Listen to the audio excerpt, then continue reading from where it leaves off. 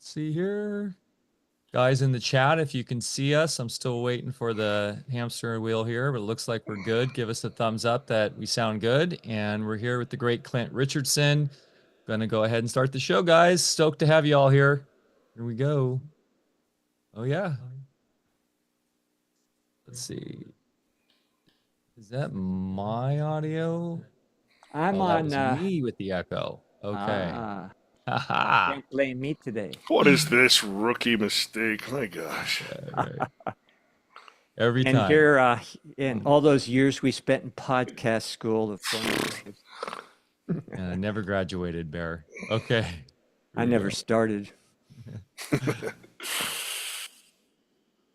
And boom, we're back for another episode of AlphaCast. I'm Mike Winter, and I'm here as always with the captain of our renegade ship, Dr. Bear Paul Lando, coming to you live and direct from the great state of Jefferson, where freedom still reigns supreme, up here on the beautiful Smith River, enjoying another lovely spring day here in paradise, Bear, as the flowers are blooming, the bees are buzzing, and the buds are really taking off here.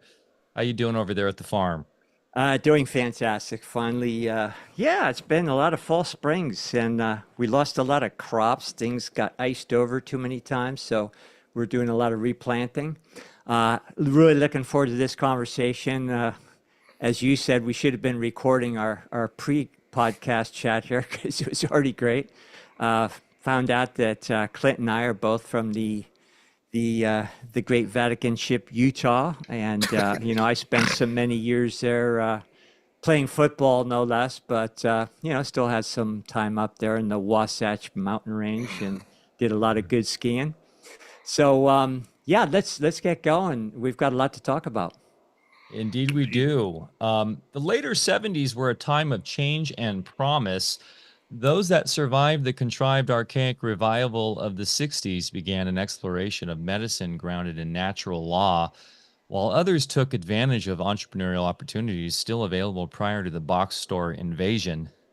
A populace ever vigilant against corporate greed and war for profit also fostered an authentic environmentalism that would be usurped under the guise of global warming decades in the future.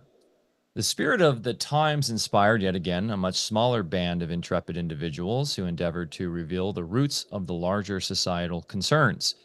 These were the iconic pioneers of the so-called sovereignty movement, and less favorably misnomered by those who would dissuade such activity. Dr. Lando was intimately involved within these early circles as the veiled machinations of U.S. Inc., functioning as a proxy for the International Banking Cabal, were first exposed.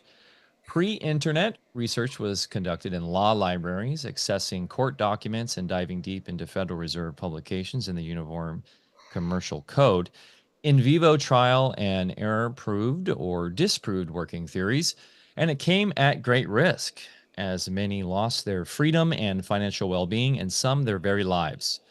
These are the origins of the modern-day sovereigns, and the present generation is privy to the many refinements that have come since.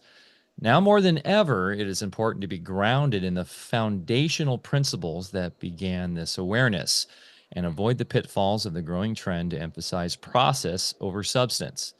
On today's AlphaCast, we are honored to host Clint Richardson, the author and producer of The United States of America, Inc., the corporation nation, who has perhaps researched the substantive basis of how we as free people willingly traded rights for privileges than most. Clint will lead us on an eye-opening journey through the fictional landscape of corporatized government and citizenship, the introduction of dog Latin into society, and how they cook the books in every publicized budget from municipal to federal, as revealed in CAFR. While we've hosted a good number of prominent teachers with specialties in equity, land patents, and other formalized clarifications, Clint's work is seminal to the many process-oriented seminars presently available. So take advantage of Clint's encyclopedic knowledge on this very special episode. And guys, in the comments below, here in the live stream, in the chat, please put in all caps if you have any questions for Clint, and I'll be monitoring that. Very excited for this chat today. Bear Lando, take it away. Okay, so Clint, welcome, and thank you once again. As I mentioned, I've been a big fan of yours for a long time, listened to you, all your episodes on Republic. broadcasting network back in the old days here. And what I really appreciate about your work is it's very grounded in actual research, and a lot of what's come more of recent, a lot of good people, but with good intentions, but it's all process. And what I learned long ago, before those formalized seminars or webinars were available, is mostly how to do stupid things and get in a lot of trouble. But I did learn how the world works and a lot of what you speak on, which is why I really appreciated how you just break things down. So we have a fairly educated audience. We always have new people, so it's okay to talk about basics too. But even with the more seasoned audience, we really need to go back to basics a lot and, remind ourselves of mostly who we aren't. And with that said, based on our chat a few moments ago, I was thinking of just opening it up with the straw man, which how to go into levels of depth that most people, aren't aware of, because most folks are working at a more cursory level. Just, talk about, the birth certificate and all that. And that's great and true, but it's good to go deeper. But today, maybe if we could talk about straw man more in terms of a larger international context, which would perhaps shed more light on the predicament we presently find ourselves in. So if you can kind of start off, find a starting place there, and we'll just have a conversation. But thank you very much for being here. Absolutely. Good. Appreciate you guys inviting me. If I could interrupt before you get started, I want to give a special shout out to one of our favorite folks out here who watches our show, and that is Margie in New Jersey. Greetings, Margie. So people have asked me before what got me into the whole, truth alternative sphere. A lot of people have a lot of different answers. One of my go-to answers was that I was in New York for 9/11. I witnessed some things that other people just didn't get a chance. I watched it from my roof, etc.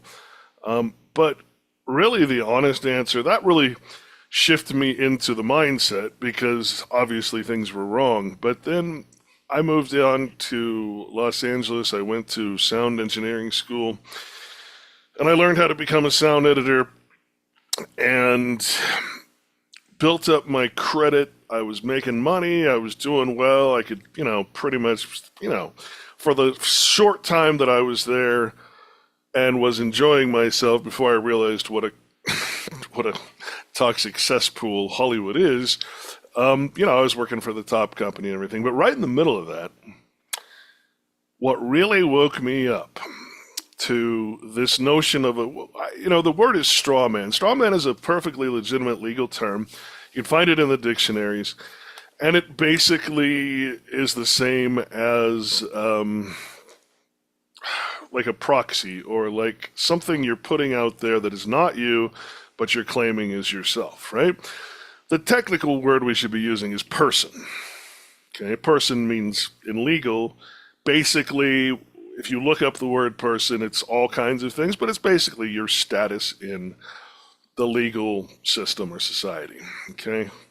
This includes your name, your address, your, everything that is legally oriented. And one of the things we need to really come to an understanding of is that because we're constantly acting in this straw man, when I show my driver's license, I have consumer protections, I have insurance at all times, everything I do is covered by something, but it's not covering me, it's covering my person.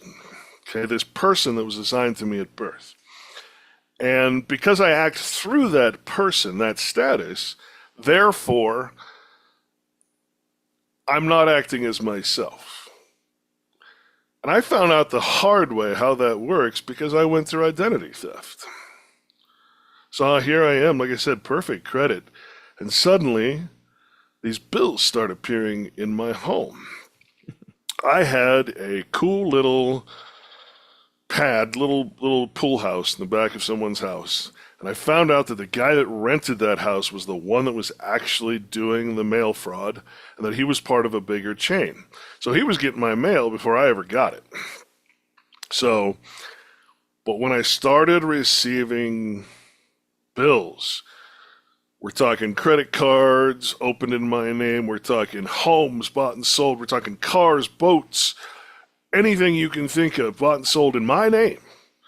Credit cards, everything, right? And I'm just overwhelmed suddenly by this. I mean, what more needs to be said? If your identity, so-called, right, can be stolen, well then, obviously it's not yours. Something that can be stolen doesn't actually inherently belong to you, right? I mean, that's the really the simplest explanation of what a straw man is, or what is the difference between reality and what is illegal, is that anything that you can lose legally is not inherently part of you or part of nature or part of anything real. So you can't really lay claim to it. And so the only way you can claim anything is legally, because if you didn't have the legal system, there'd be no claim. It would be a purely spiritual bond between men, or what they used to call the nation, the thing that the spiritual connection between people was the nation. But the problem with a nation is nations don't exist. They're purely a spiritual bond. The nation that we would used to call America was a very short-lived thing. We still believe we're in America, but we're not. We still believe we're Americans, but we're not, because we're U.S. citizens. And so when you're looking at what this straw man thing is, you have to understand just very simply the two realms. There's the realm of nature, the realm of truth, the realm of reality, that which does not come from you.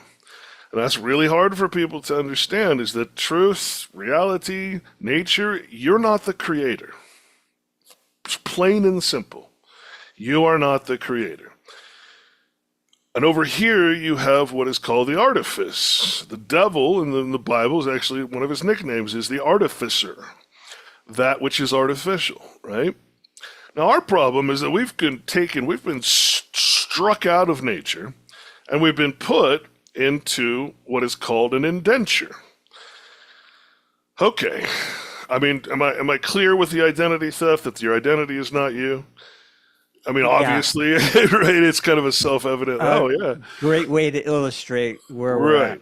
Okay, so if you think about identity, or I like to call it your id entity, the entity that you've created out of your id, or in the Matrix, what was it? Your self-created personality, your look, or whatever. But, everything that is legal, everything that is artificial, belongs to that person. It's not you. So when we look at the United States, I wanted to bring up, well,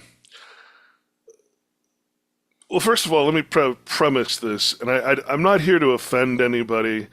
The truth is never offensive. The truth is always a beautiful thing. Eve, if you're fat, you're fat. Okay? The truth is the truth. Period. End of story. There's nothing bad about the truth. We've been entrained and educated, education being a word that used to mean the training of animals in the etymology. We've been entrained to be nice, and we've entered into sophist or sophisticated behavior. The problem is we don't know the meaning or the origin of these words, and why we should not be being nice, and we should not be sophisticating things, and we should not be looking at, for instance, colleges because they're ranked by their sophistication, right? It's really, really bad when you look up these terms. For instance, if I go to the word nice, I can see that it's from the late 13th century, and it references persons who are foolish, ignorant, frivolous, senseless, careless, clumsy, weak, poor, needy, simple, stupid, silly, and foolish, ignorant and unaware, not knowing. Now, I don't want to be that person. I don't want to be nice. But I also don't want to be just blatantly, in your face rude. All I'm going to do today is tell you the truth. And there's no nice in that. I can't be nice and also speak the truth. They are two opposite things, according to the etymology, right? So the other problem is sophistication, which is a legerdemain trickery and magic and illusion.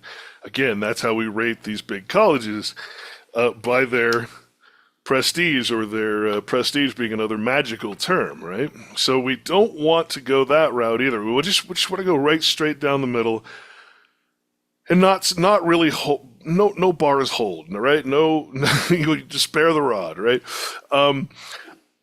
So when I say what I'm going to say, people aren't going to like this, because we're talking about how we've been taken over, how we've been able to be controlled. And that simple answer to how are we controlled is the straw man, is the person. Because you see, the legal system cannot make laws that apply to you unless you are operating in a person, a status that is a United States citizen or some other nation state in the world. Keep in mind that every country in the world, let's start at the basics, every country in the world is basically a republic, right? You got the Chinese Republic, Republic of China, you got the Republic of Russia, Republic of this, Republic of Congo, Republic of Vietnam, Republic of Bangladesh. And when I look at the Bangladeshi constitution, again, every country then acquired a constitution. When I look at the Bangladeshi constitution, it says what? It says, we the people. Well, can we all really be the people? Or is people another deceiving word? It's capitalized for no reason. Well, it turns out there is a reason. It's a capitonym, so it actually means a specific group of people. And when you look up the word people, it says state. Well, that explains why when you get sued, it's the people of the state of blank versus you. You see, people is not a term that associates with individuals. People is basically a senator who represents a group, and we all confer. Yeah, okay, that makes sense. But the problem here, and this is the big pink elephant in the room that nobody wants to talk about, you kind of touched on it earlier, is being as nice as possible. We have an education problem, okay? Charlotte Iserbyt, for instance, right? Gatto, all these people who are in the profession. Charlotte Iserbyt, who came out with the book, purely a research tome, so right up my alley, called The Deliberate Dumbing Down of America. Okay, she's the former secretary or assistant secretary of education, and she comes out with a detailed book on how, well, Americans and America has been deliberately dumbed down. And she goes through all of the official sources and shows how that was done. Now, the problem with us is that we don't seem to want to acknowledge that. We don't want to acknowledge the pink elephant in the room. What is the pink elephant in the room? That we're all dumb. Not because we're inherently dumb, but because the system itself has made us that way. It doesn't matter what prestigious college you went to. It doesn't matter what you've done in your life. You might be an expert at one thing. Doctors are specialists in one thing and know nothing about, for instance, nutrition, right? It's amazing how things work. The ignorance level, or as the Bible says, what's destroying people is willful ignorance, is amazing. And it really shines through in the alternative movement. I hate to say it. But this has just been my experience. I had to overcome my own place in that dumbed downness. And there's really no way to overcome it because you have a sense of religious belief, for instance, in the founding fathers and history and the Constitution and what, we're free and all these different things. But none of it's true, right? So we can be as smart and, smart, another word that doesn't mean what we think.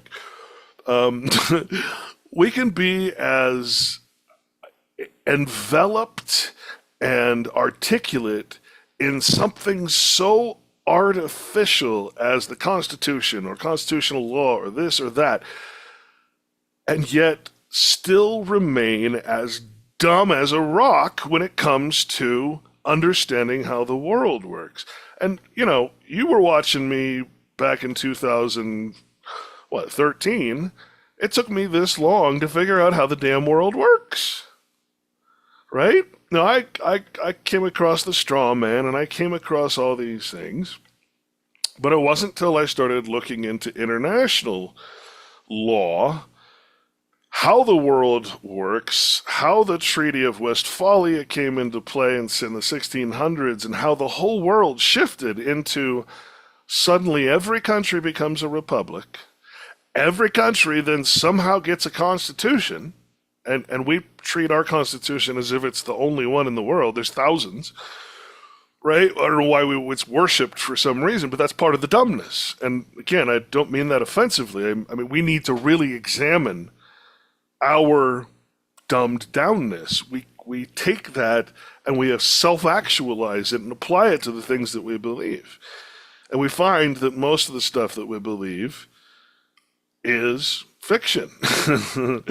Well, a constitution, isn't it, in its most basic sense, just an abrogation of debt? Well, you've got to consider, who was the Constitution written for? Why did they create it? Who was it an appeal to? Well, obviously not to me, obviously not to the common people, and we'll get into that in a minute because there really were no common people unless you're considering the indentured slaves and servants, right? Which we still are. That's kind of what the straw man really is. But you got to think, okay, this Constitution was a declaration to the international order, now called the United Nations, according to the laws applied by this international treaty and others called the Treaty of Westphalia, where they organized, they said, okay, the world's changing, we're growing, we can't have a kingdom that's separated by an ocean, we have to have a new model.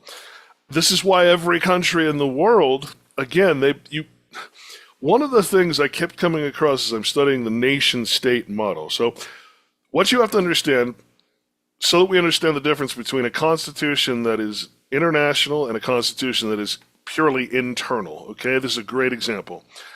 When you go to the United Nations and you see its membership roster, those are all your nation states. Those are approved, applications were submitted, and the international order accepted the United States into its thing, right? Independence was declared. What does that really mean? It just means it's a new government set up by, in the world order. To think of it as competitive is almost erroneous at this point. But when you create a constitution, you are actually declaring a sense of sovereignty. The only sovereign, this is another fallacy of the truth movement, the only sovereign entity recognized is the nation state or a state. Okay, but the problem is, according to the United Nations, only nation states are states. Internationally, if you look at all the flags of the United Nations, what you're not going to see is California. What you're not going to see is Utah. What you're not going to see is New York or any of those original colonies. You're not going to see England. You're not going to see Scotland. You're not going to see Ireland. Why? Because the nations, in order to be a nation state, you have to have, it is a requirement for you to have conquered the territory and the people of that which you declare is a nation state. Let me say that again.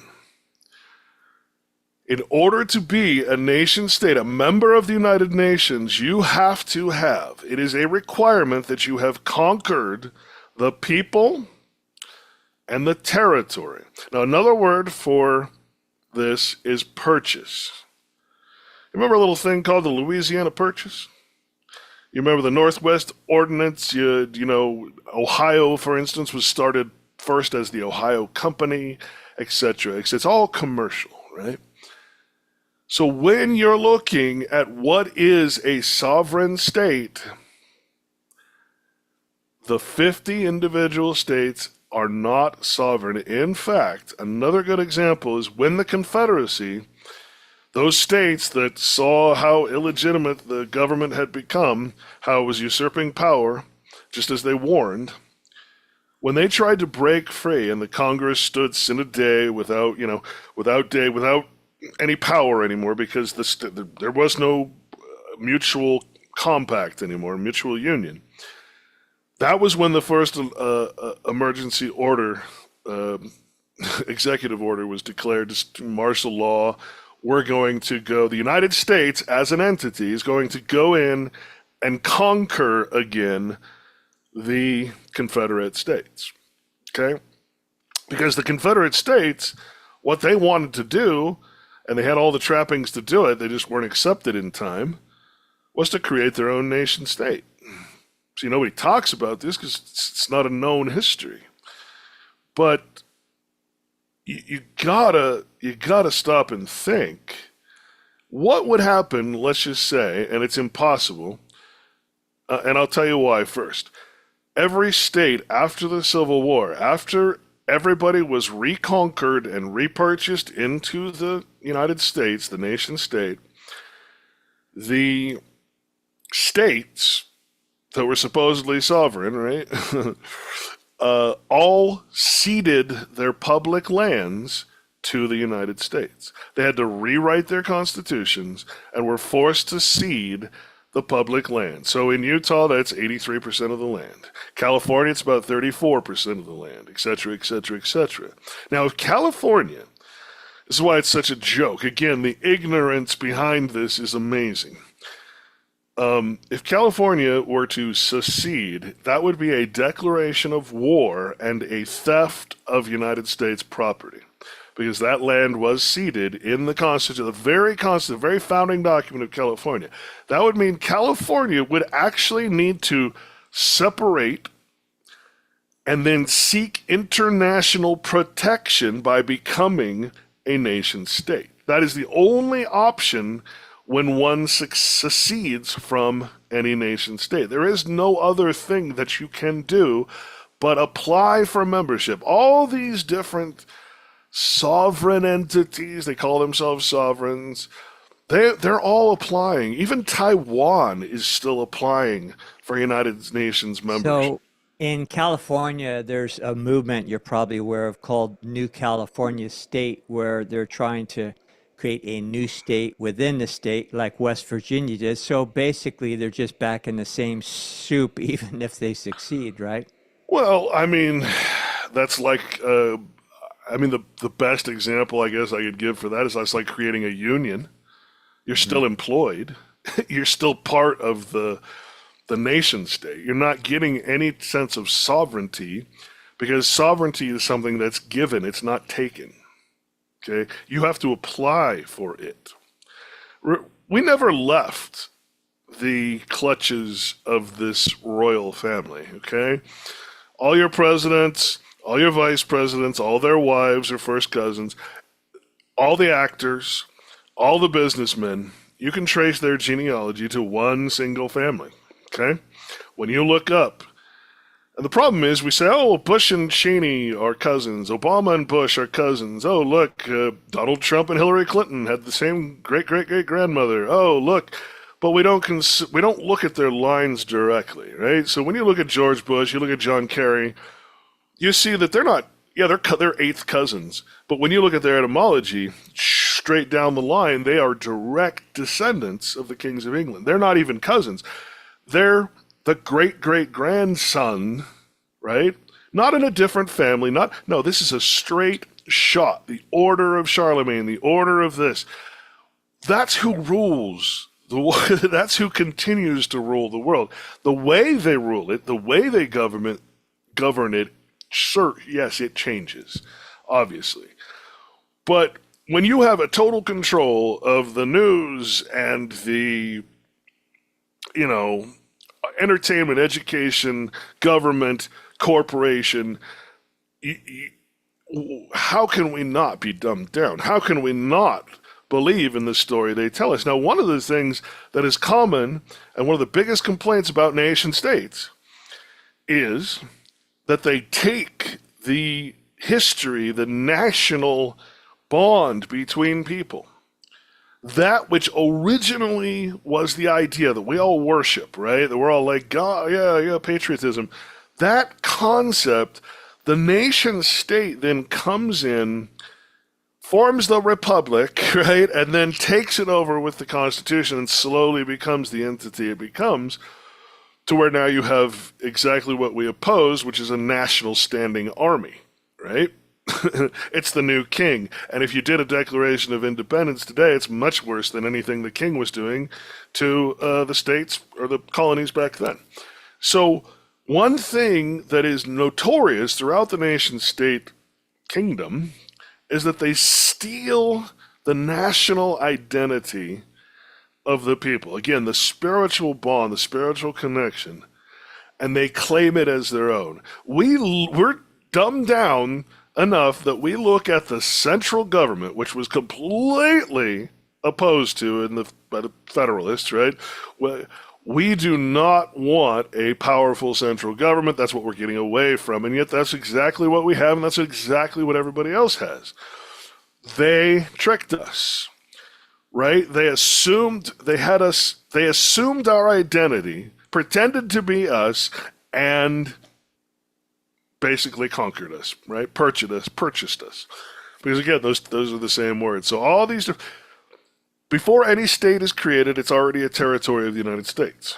When a state is created, it's an application, essentially, sent to the Congress. Congress approves it, the president signs it, then it becomes a state. States don't just happen. So our whole concept of the sovereignty of states they're internal things, which is why they're not recognized internationally. England is not recognized internationally as a state, as a sovereign entity. It is only the United Nations. So it is only the United Kingdom. There's United Kingdom, there's United States. We can pretend all we want that we're Americans, but we're not. We're U.S. citizens. Now, I found a document, and you can interrupt me anytime because I'll just keep going. I found a document on one of the official websites for birth certificates. I believe it was in Texas, and it explained what a birth certificate does. And I found it fascinating because it really does tell the truth. It actually takes, when you're born into nature, it's like a copycat, his doppelganger, a person, a status is made, and they take your vital statistics and they apply it to that. And now a person has been created completely separate from you. So there's the straw man and there's you. Obviously, this is your identity for your identity theft, right? And what it said is that it takes you out of the state from having domicile, which means where your law comes from, out of the state and puts you into the United States, makes you a United States citizen, and leaves you a mere resident of the state. Now, anybody can be a resident. A Chinese student can be a resident of a state without even being a citizen. So it's not a really great thing to be a resident. You can be a resident in any of the 50 states because you're a U.S. citizen and states aren't sovereign, right? But we've been taught, oh, well, that's equality, or that's, equal rights among states. No. Listen to me very carefully. You and I are not the people. The people is a plural. We are persons. The plural of people is people. The plural of person is persons. So you cannot consider yourself one of the people if you're a person of the United States, a subject of the United States. Now, here's where it gets really interesting. Can I actually share my screen in Absolutely. this? I don't know. I'm not that familiar with these programs. How does that work? You should be able to go look at the bottom there, and there should be a share button. You have if you're on we're using still Zoom, but if you're on the Zoom program, there should be a share button in the middle there. Yeah, where's my screen? Oh, there you are. Sorry about that. I made you small, so you were tiny. Okay, there we go. Let me go back to this. Can you guys see that? Not yet. I don't see that you're sharing. Sometimes on that share screen, it There gives you you go. options. It's There you go, coming. yeah. Boom. Ah, Did that go? Yep. you're on. Okay. Sorry.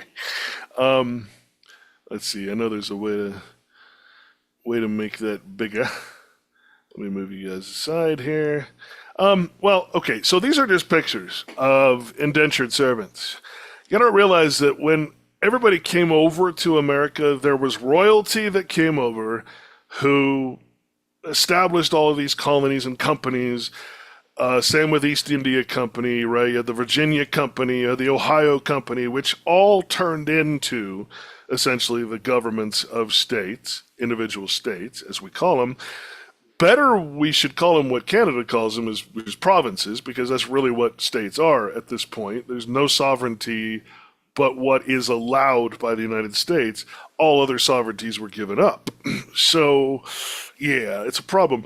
What I want you to notice about these pictures is that, okay, wheat harvesting and all these people working in the fields, what do you notice about these guys? Other than it looks like something you'd see on a mural in the Soviet Union, I'm not sure. What do you notice? There's one thing that, most people would say, well, but they're white. Oh, right. That's obvious. And they look pretty impoverished at the same time. Okay, well, what is this called? Well, this is called slavery, but it's voluntary slavery. It's called indentured servitude. Okay? Voluntary slavery, apprenticeship, is another word for citizenship. Apprenticeship laws forced many minors, either orphans or those whose parents were deemed unable to support them by a judge, into unpaid labor for white planters. The reason I put these pictures up is because they're not black. These are the pictures that, when you look up voluntary slavery, when you look up apprenticeship and indentured servitude, or the indenture process, this is the picture that these are the pictures that come up, right? That's why we are a little confused. These people, we're so used to seeing black people and that white people enslaved black people, but everybody that came over here that wasn't part of the royal family, okay, came over here like this. They came over as indentured servants. I think anybody that comes from places like Ireland usually know this about their family. Now, the problem with this word voluntary, we throw it around again, an ignorance in the truth movement that needs to be corrected. Voluntary ignorance, where you might, on taking reasonable ends, have acquired the necessary knowledge but neglected to do so. Yeah, most of us stop. I just don't stop. That's my problem. I don't stop until I have looked exhausted every resource. And it's funny what you said in the beginning of the show, which was back in the day, before the internet, people were researching actual source documents. And then the internet came along, And now we're turning to Alex Jones or right some guru to get our information.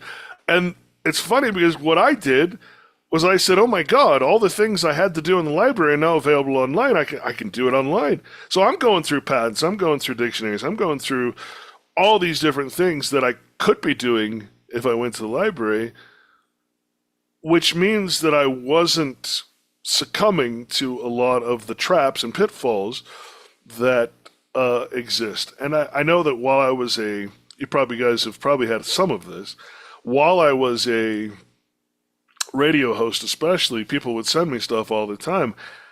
And I always gave people the benefit of the doubt, but man, more than half the time, if I got sent a quote, or if I got sent a court case, or anything like that, and I didn't verify it, chances are, because it sounds like what I want it to sound like, in other words, I'm voluntarily being ignorant, I didn't check the source, because it sounds romantic and patriotic and it sounds exactly like it supports my argument, well then I would just, oh, okay, I'll take it at face value.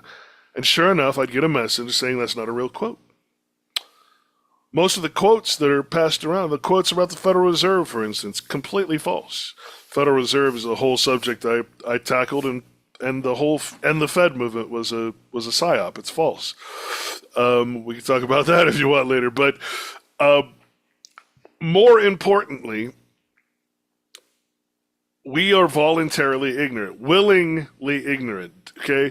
And we do all of these things we are doing with our consent, right? So we consider volunteerism. Well, if you look up volunteerism, problem is, I didn't put it on here, but volunteerism in the legal realm. Don't confuse natural and legal. Don't confuse artificial and real. You can't do that. I want to live in a voluntary society. Sorry, folks, you already do. Okay? You already give your consent every time you sign your name. Any time that you acquire anything through the person, you are doing it voluntarily. So might need to rethink the term voluntary. Absolutely. Volunteerism is defined it's a doctrine, actually, in the legal realm, a doctrine called the doctrine of master and servant. You got to think, when you volunteer for something, you are becoming a servant, right? You're not volunteering to become the boss. You're saying, okay, I'm going to help. I'm going to do something. And if you read this, right, while engaged in performance of a lawful act. Well, anything can be lawful. There's no difference between legal and lawful. Legal just means what is made lawful, okay? Now, if you go to the natural law, that's completely different. Anything artificial is against the natural law, so we're breaking the law at everything we do. So an injury to the person or property of another. Well, persons and property don't exist in nature, right? They're legal things. You're not liable for damages unless the act has been voluntary or through negligence. So when we're talking about this notion of free will, you got to understand that the only freedom there actually is the ability to say no. No, I will not elect or vote for a president. I will not be given a choice between two evils and then say yes to one of them. When you vote, see, this is what people, how dumb are we? Okay, again, trying to be nice, try not to be nice, and you know what I mean. We don't elect the president.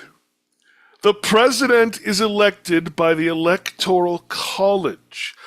The entire public election of the president is a scam. It is a public relations stunt.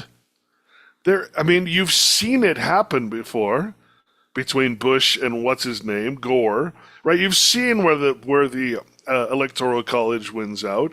Why? Well, let's go to California. Let's say 30% of people vote Republican and 70% vote Democrat. What 10% go to something else, right? Arnold Schwarzenegger. Well, okay, what happens?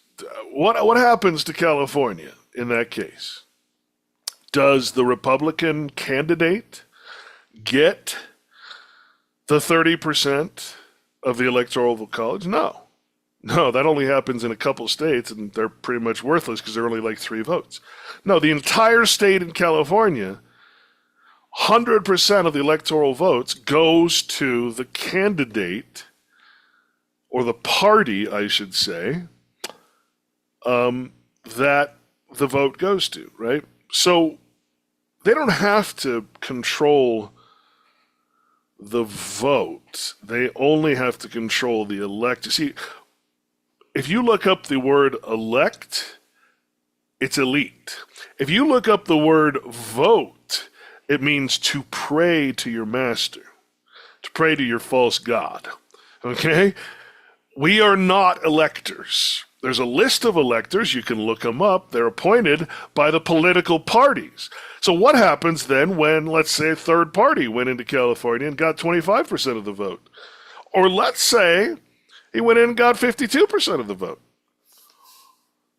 Would he win? No. Because the electors have pledged their election to one of their party members. They cannot vote according to the public vote at any time they wish. So there's no way a third party can win because the electors themselves are part of the political party, one or the other, and they they are pledged to support the candidate that is their party. Okay, the system, we are listed internationally as not being a direct vote for president. We are indirect election. Meanwhile, Russia, China, all these countries, they have a direct election of their president. We have an indirect, we have an electoral process where the elite elect the president. It's no different than a board of directors electing the president of the company, right? Well, or the CEO. Guess what? Government owns them. So everything is fixed, right? There's So if not one person showed up to vote on a given election, we would still have an elected politician. Absolutely, because you are not the electors. Now, you want to measure how dumbed down a country is, a people, if you will, a common people. I think that's a pretty good way of measuring it. We actually go through the process of voting for president even though our vote doesn't count. One of the way that they say it, and it's coded, it's mystical. I think it was the North Carolina Treasury Secretary or Secretary of State, whoever handles the elections. She said, your votes go toward the legitimization of the Electoral College. In effect, your vote gives credit to and legitimacy to the Electoral College. Okay, what does that mean? That means you're consenting to the electors controlling the outcome of the election. And, if you think about it, it makes sense. Where is this president anyway? Oh, well, he's the president of what? He's president of Washington, D.C. and the district that we call the territory of the United States. Why in the hell would a district, which means distraint, distress, and seizure, why would you leave the elections open to an entire mass of the people that you dumb down? Why would you even want to have a public election? When you look at the founding fathers, they were completely against democracy. They were completely against having a public election. So, go read about democracy. Lenin said it was a necessary step towards socialism. I mean, it's frightening, some of the stuff that we are ignorant about. My point is we're voluntarily allowing electoral college to elect the president by being willfully ignorant that our vote doesn't count. So we have to address the pink elephant in the room. Why? Well, because we're so dumbed down and because you have a massive billion-dollar campaign to convince us that our vote counts, that we have freedom, and that democracy is good. So, all right. Now, here is this bottom thing here, from which the law will not imply a promise of remuneration. When you're truly volunteering, when you're committing charity, you're not in it because you're looking for money or some remuneration. You're not looking for a payback. You're actually doing something for somebody without any, right? Well, same thing here. When you're acting in citizen, you're not expecting anything back. You're actually supporting the United States, but not actually having any remuneration, which is where a lot of this false redemption stuff comes from in the Patriot movement. So what happens? Oh, there you go. A volunteer, one who holds a title under voluntary conveyance. Is the name that you carry and have on your driver's license and your social security and all that stuff, is that a title under a voluntary conveyance? A person who gives services without any express or implied promise of remuneration, entitled to no remuneration for your services. And here's to your question, one who officiously pays the debt of another, right? You asked about the debt. Right. Okay. That's volunteerism, as distinguished to one who is compelled to serve by draft or conscription. You see, this is the difference. There's peace until we become spiritually aware and suddenly wake up to all this, which I don't see happening, but maybe. And we actually have a spiritual awakening, and we realize we've been lied to, that everything that we're doing is false and artificial. We're worshiping a false god, which is what actually the first commandment means. It means don't take a president or a king or a false power. Respect no persons or flattering titles. That is God's law and the law of nature are the same thing. All it is talking about is basically that which is self-evident or self-existent, not man-made. Respect no persons or flattering titles. In other words, respect no artifices. Well, the whole legal system requires and depends on us believing that we are a person of the United States, right? We are a straw man. We are not acting as ourselves, even though most of us don't realize that we're doing things in this voluntary person. Now, here's where it gets really messed up. An indent is a certificate. When we're born, what do we get? Birth certificate. A birth certificate, a certificate of public debt to bind by the indentures or to apprentice. Ding! You see, people aren't coming over here in droves as contracted indentured servants. In other words, they're not willingly participating in a voluntary indenture anymore. I used the word voluntary there incorrectly. They're willingly doing so. We are unwittingly participating in a certificate of public debt. We are bound by these indentures. So what is an indenture? It's a deed. Where, my friends, do you go when you want to get a copy of your birth certificate? Which department, which office is that in, do you wonder? Human resources?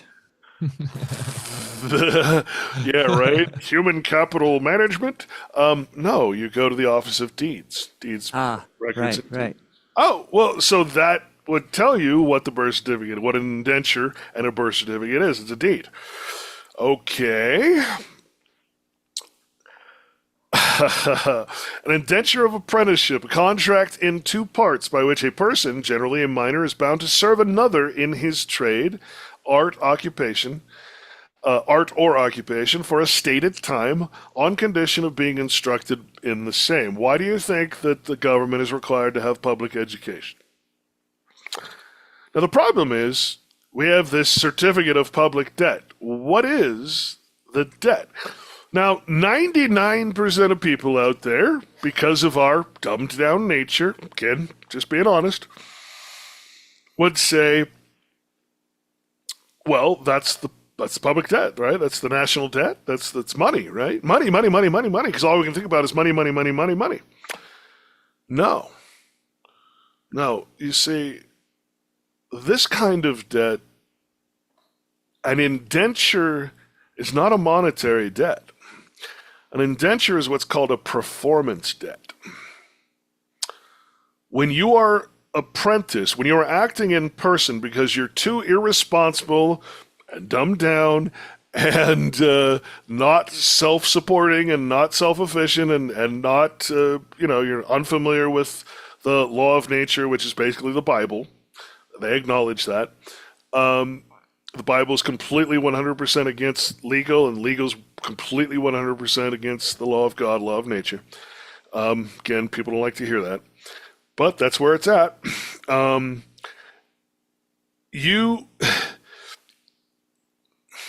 do I say this?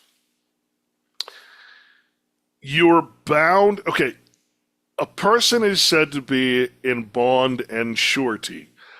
Bible says never be in surety, never become bonded. Well, what is surety? It means to be answerable for a principal's debt or bound in performance. Okay, these are dictionary terms, by the way. Okay, so when you're called, when you're summoned like a demon, when you're summoned like a ghost to a court, you're bound to perform. Why? Well, this comes back to volunteerism. This comes back to the law of agency. The whole system is run on agency. An agent cannot exist without a principal. The principal is the United States. The agent is you, and the third party in that agency is the person. Okay, so the person is summoned to court because the person doesn't exist in reality. It can only appear in a fictional setting. The problem is, since you use it for everything, you sign your name as if it's your name, they summon the person, and as the agent, you're required to appear because that's your performance debt. You're bound to perform just like any other apprentice, any other indentured subject or servant. Okay? So all that has happened is that the old system of pledging, the old system of indenture, the old system that was the feudal system, has now been turned into an international phenomenon, which is basically an identity in the nation state system. We're all global citizens, basically, whether we like it or not, because we're in that global system. We're members. We're pledged to the United States. Okay. Remember the Star Trek, the Borg? That's a pledge, surety ship. that was the Borg is us, the bourgeoisie, right? Hey, am I coming through okay? Yes, absolutely. I just Yep. got a message that said my connection was poor. So obligate to obligate somebody. So you're obligated to appear when summoned, right? And you're obligated to pay the fees and all the things that go along with citizenship. Meanwhile, you're getting all the benefits and protections and all that stuff. Well, with protection comes subjection. That is a basic foundational principle of law. Okay? To bind in the observance or performance of a duty. To place under an obligation, that's that's bond, that's suretyship. To bond oneself in an obligation or promise, to assume a duty. Your duty is to the president, the false god, to execute a written promise or covenant, to make a writing obligatory. So, yeah, I mean, I just wanted to share that with you because, the contract entered into, the bond or the binding part, the contract entered into between a master and an apprentice, the later is said to be bound. In order to make a good binding, the consent of the apprentice, the volunteerism of the apprentice must be had, together with that of his father, which is an old law, because the reason I put this in here, whether the father has by common law a right to bind out his child during his minority without his consent seems to not be settled. But notice it says without his consent. The problem is we're consenting to do this. So that brings us to how is consent formed, right? It's fascinating, really, because the reason that you have this thing called the age of manhood, the age of consent, right? In different countries, it's different ages. Here it's 18. There are two words that you should look up. You can look them up in my book, actually, if you want. But they are... sorry to interrupt, could you mention your book? Oh, yeah, it's free. It's Straw Man, the real story of your artificial person. And that's really a pretty apt title. It's a lot of stuff we're talking about today, although I didn't quite figure out the apprenticeship stuff. But there's a lot of information in there. It's on my website, which is privateunderground.club. There's also a voiceover that someone did about the first 190 pages, which is cool. But it's a long book. It's got about 2,000 legal terms that are defined, a bunch of biblical terms, and it's a comparison of the two. Because you got to realize, it's still law in some places that the Bible is the foundation of common law, and that you got to realize that most of the maxims of law that apply to us meaning men, not persons, come from the Bible. And then the second that you go into contract or commerce, suddenly all these other legal maxims apply that negate what comes from the Bible or the natural law. And the only reason they said it used to actually be against the law to even take, I know we make fun of this, but we don't understand this is part of our dumbness. We used to be arrested if you publicly would speak poorly about, say, Jesus Christ or parts of the Bible, because what people don't know is that it is because you're speaking poorly of the foundation of common law. In other words, which is still acknowledged in some places like Philadelphia, in other words, you are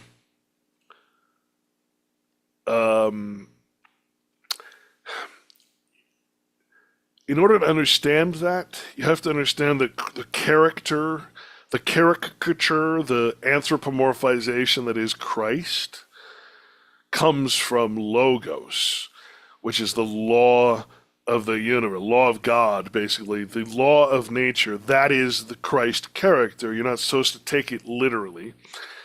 And you have to understand that, Jehovah, we're supposed to use the name of God because God is a generic term that can mean king, magistrate, mayor, right?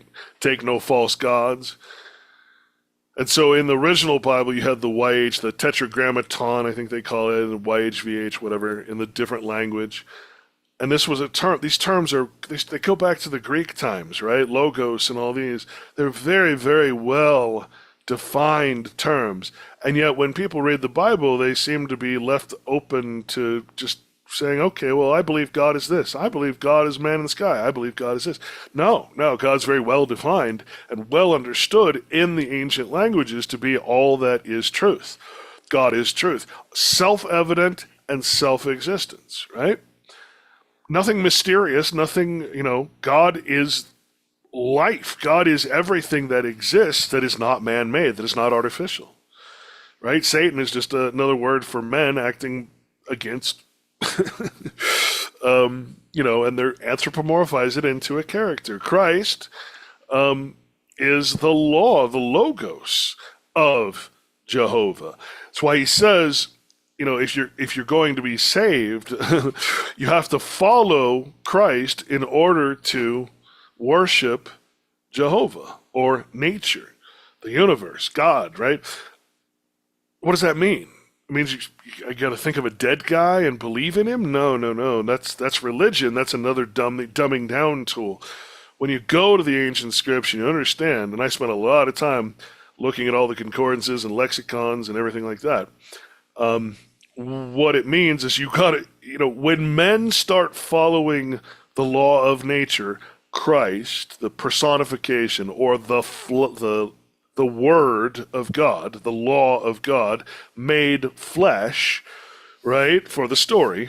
When men start following the law of nature again, which means nothing artificial, no lies, no words that have any authority other than being a name, right? Giving up all flattering titles, not respecting flattering titles or persons, just all these different things that directly apply to the legal system.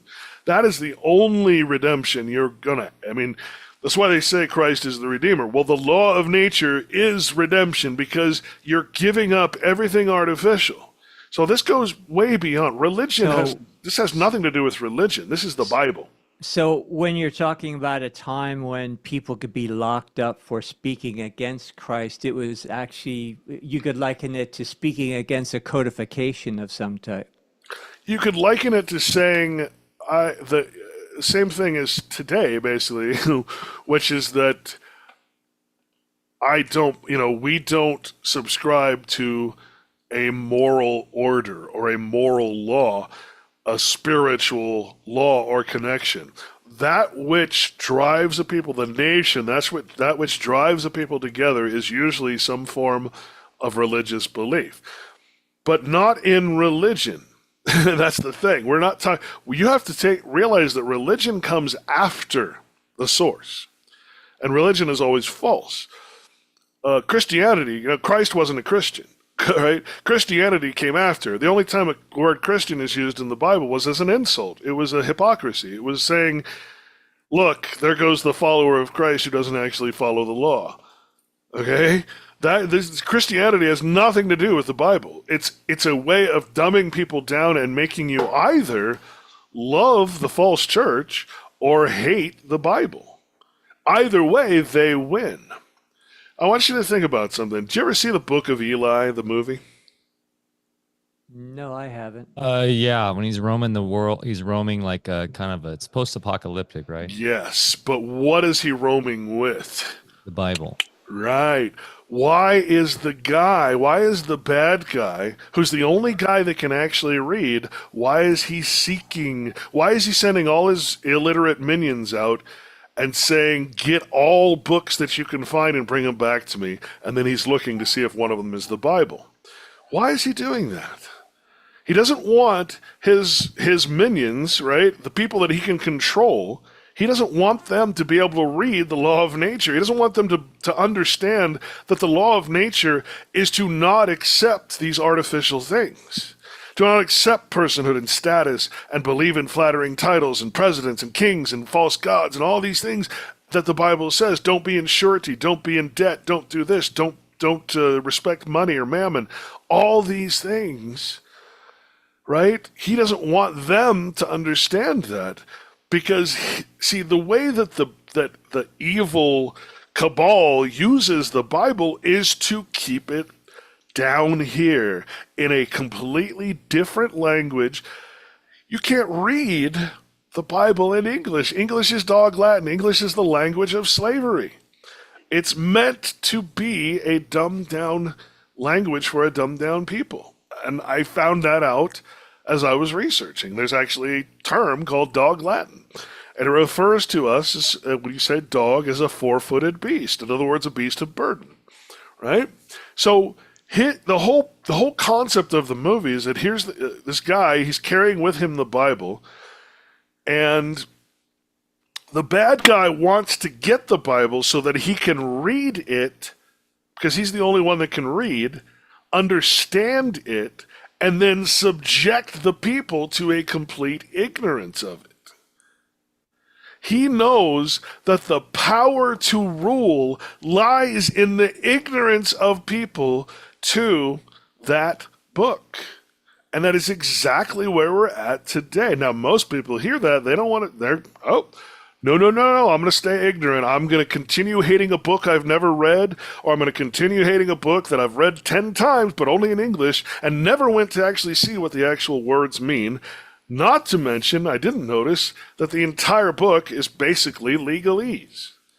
It's telling you not to do anything in the legal realm, right? So if you could keep that from the people, then we can be completely taken over at birth. And so what happens? You get to the age of consent. You've been entrained your whole life. You went through public school like any apprentice is required to. The government is fulfilling its contracts for apprenticeship. And you what? You continue.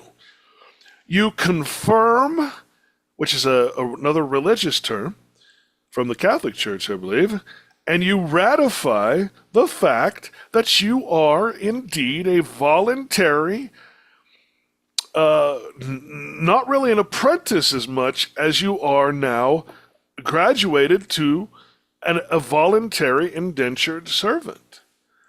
Why? Because you don't have the knowledge, you don't have the Bible, you've rejected all knowledge, just like the Bible says you will, and you've completely accepted the matrix, the legal artifice. That's all the matrix is, it's just the legal system, right? You've accepted the simulation. What does simulation mean? It means hypocrisy against your own kind, your own nature, right?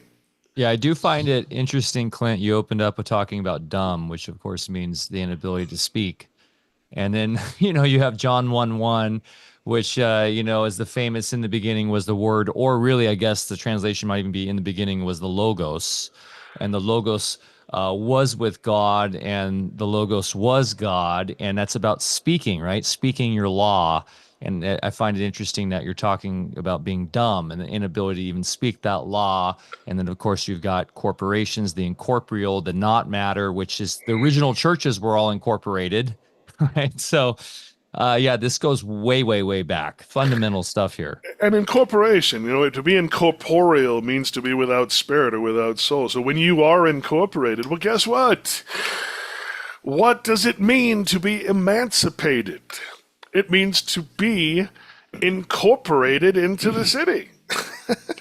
So you're taking away, when you become a person in the United States, when you act in the straw man, because you're bound by the laws that apply to the straw man, your spirit is defeated. Your spirit and your soul are the same words, right? That's why they call alcohol a spirit, because it causes you to act. Your spirit is dead, so you're only acting upon your, I should say, lack of knowledge, right? Because you have no choice.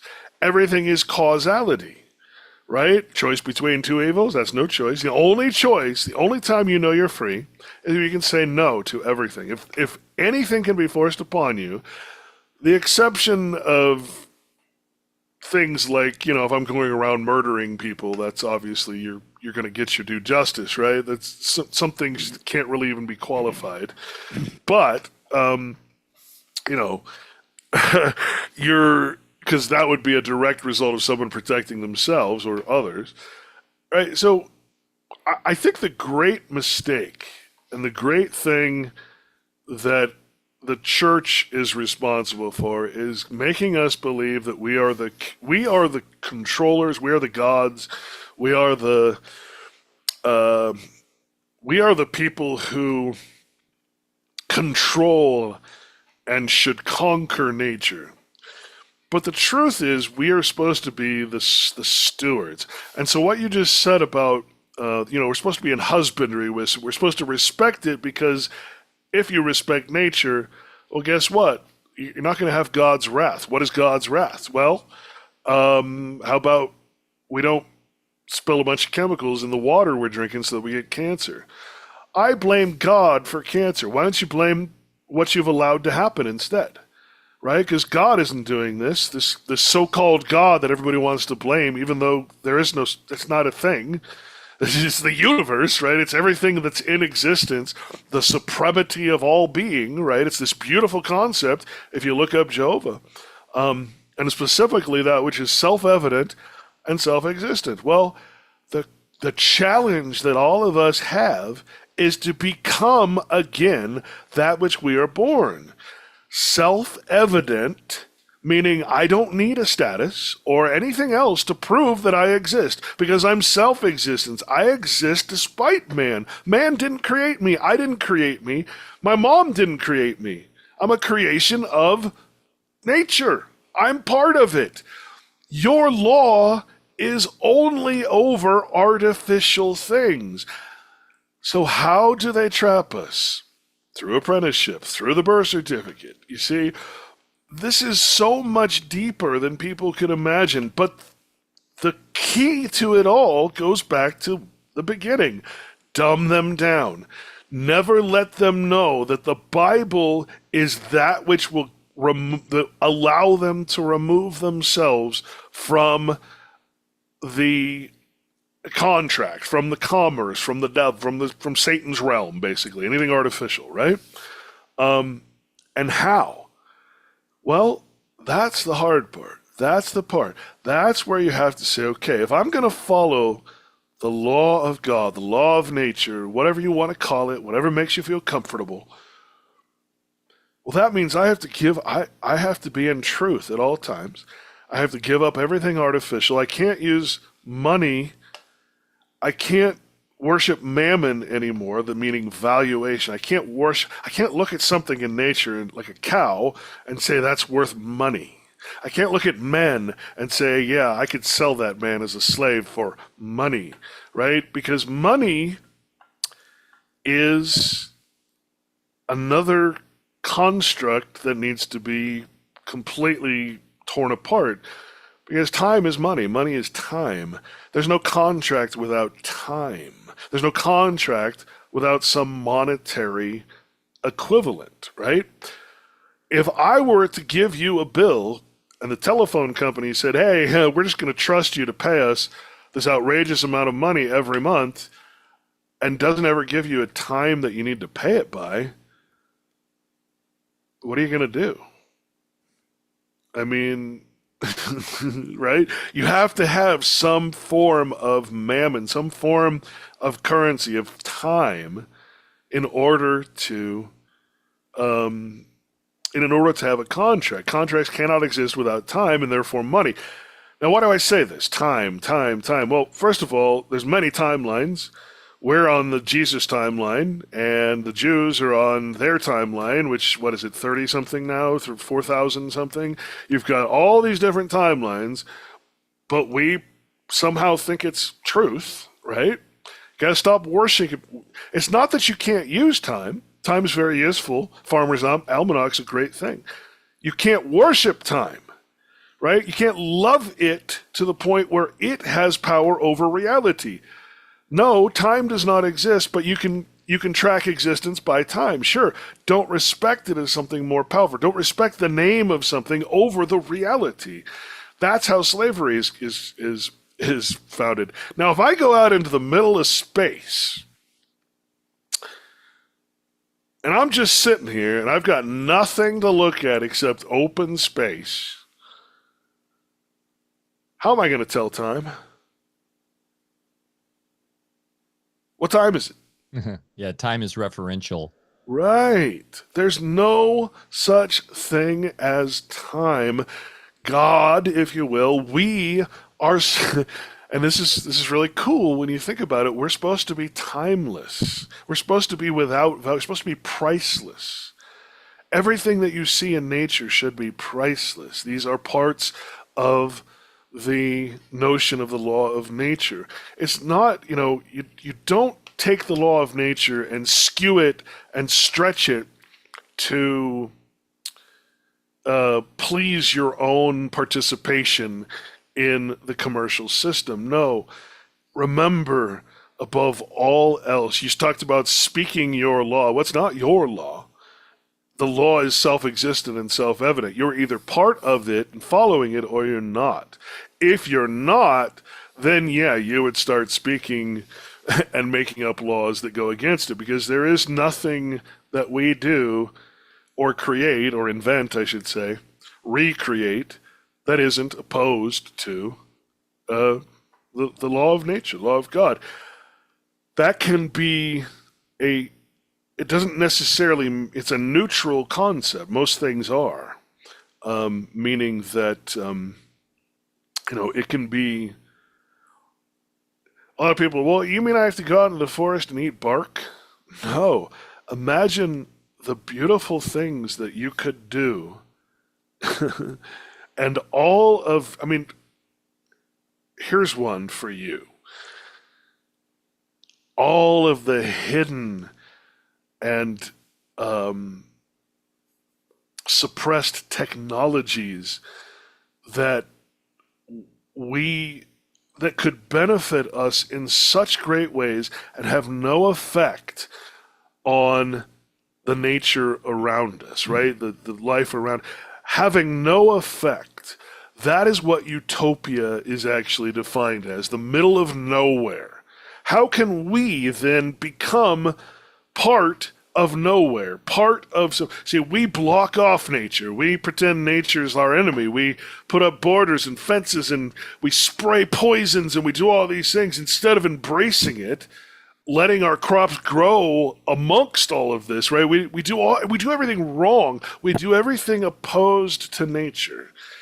And that doesn't make sense, right? And all these technologies that are hidden and suppressed, what beautiful things we could do if we were doing these things with the law of nature as the top and then working our way down. Does it offend the law of nature? Does it offend, we'll say, Yahweh, right?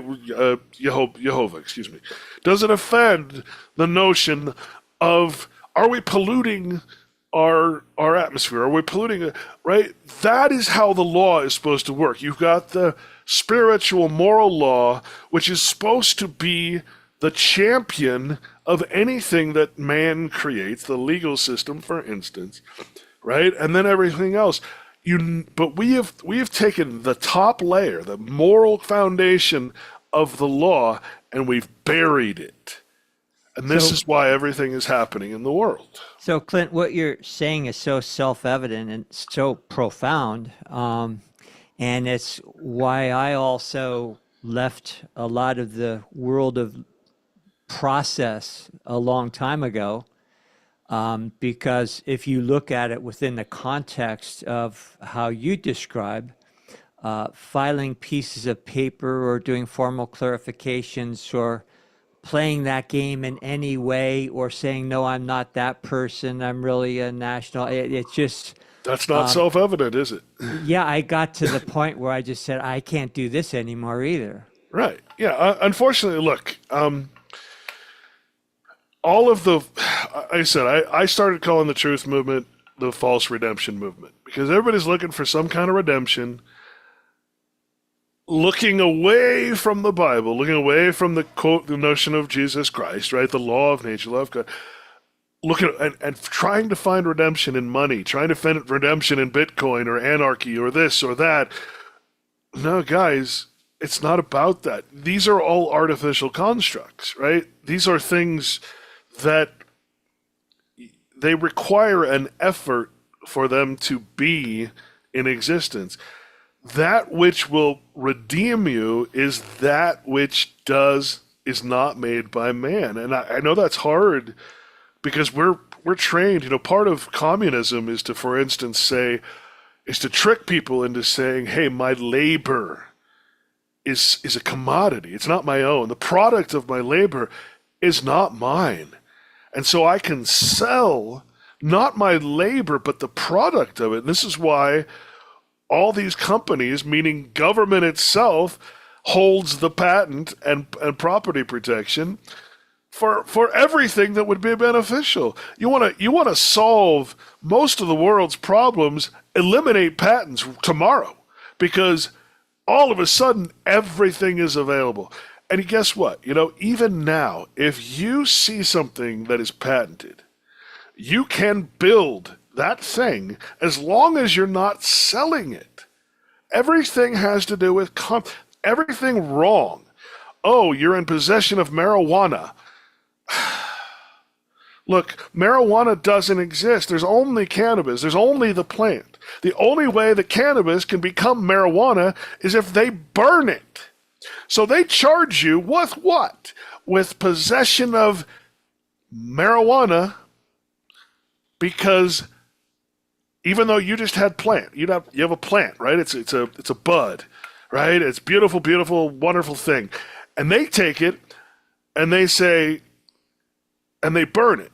And then they apply their scientific additions and all these things, and they call it CBD this, or THC this.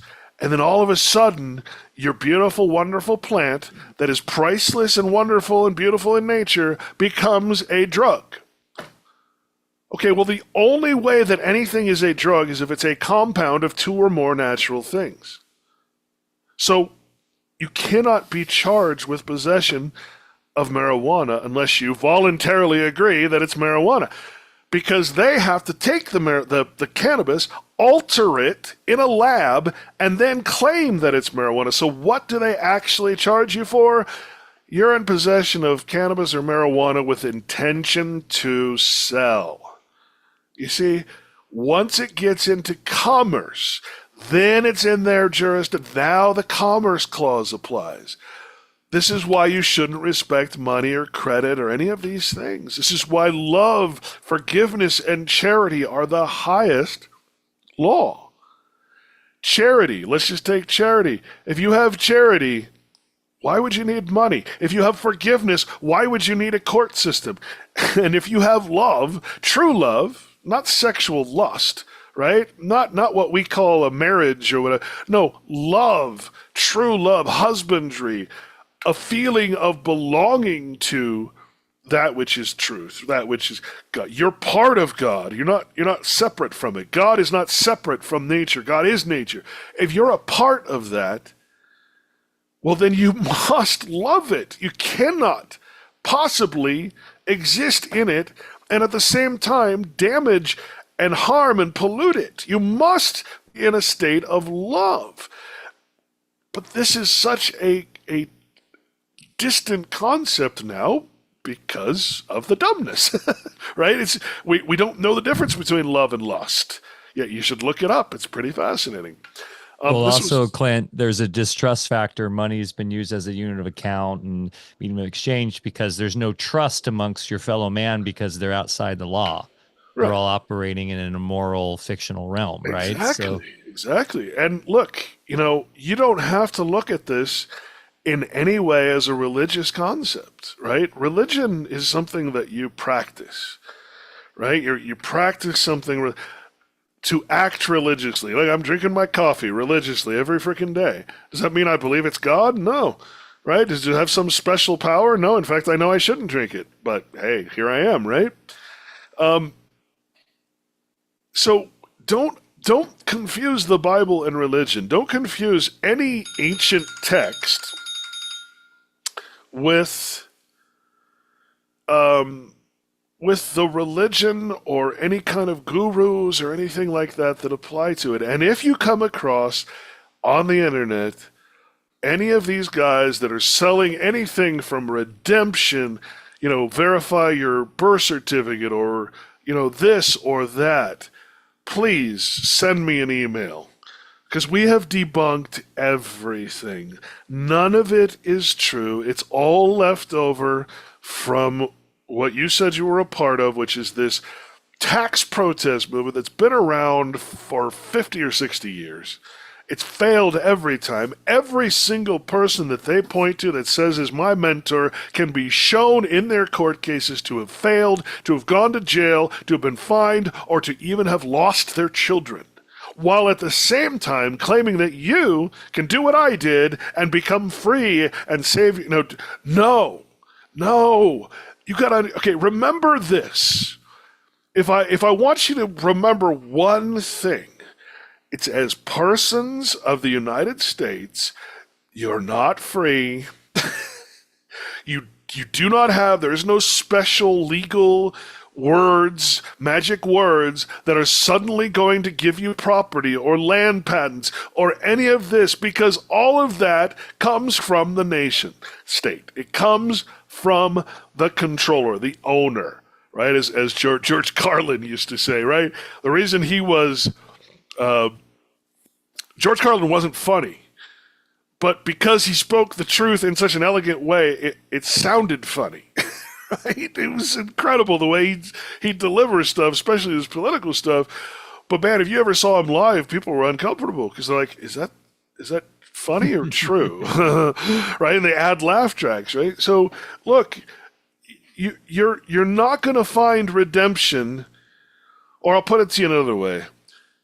While you're plugged into the matrix, you're not going to find an escape from the frickin' matrix. You cannot have one foot in and have one foot out. There's no lukewarm. You're either out of it or you're in it. And if you're in it in any way, if you have Social Security, if you have anything writing on your name, right, then all of the governmental protections that are coming through, you're in it. It doesn't matter what you have a bank account, you have anything with that legal person's name on it, that means that you're in it and that you are bound by all of the laws that are directly 100% opposed to the natural law, the law of nature. So the only thing you can change is your mindset. And perhaps that would allow us to live by the axiom of be in the world but not of it. Because I don't see any way possible to live in today's world and be free of commerce, but you can change your consciousness, which I believe is the best protection you could possibly have. Well, if you read certain authors, you go through Plato's Five Regimes, the Republic. You go to what's his name, who did just this brilliant thing where he goes through the evolution and devolution of every single empire that's ever been. And it starts with a spiritual awakening, right? Independence and God's given rights. That's why they call them God-given, because they're not given by men. They're not given by a piece of paper, right? The Constitution doesn't give you rights. It protects God-given rights. But you have to be in God to have them. That's why we don't have any. So when you look at it goes spiritual awakening, and then almost immediately after a generation, it just starts deteriorating. And it gets to greed, and it gets to this, and it gets to democracy, and then it gets to, right, then it gets to the tyranny. And then from that point, you have the spiritual awakening, which is where we are basically sitting. We are sitting between, on the regime scale of Republic from Plato, we're sitting between the last one, which is democracy, worst place you could possibly be, because it can only lead to communism, socialism, this sense of dictatorship and despotism. That's the only place democracy can go, which is why if you pull up quotes on democracy and you're not trying to find something that's going to support your love of democracy, the lie, well, then you're going to find most of the founding fathers were very much against it. It's amazing what you find when you look for something that is against your own belief system, but we don't do that. One of the lost arts, I think, of all is neutrality.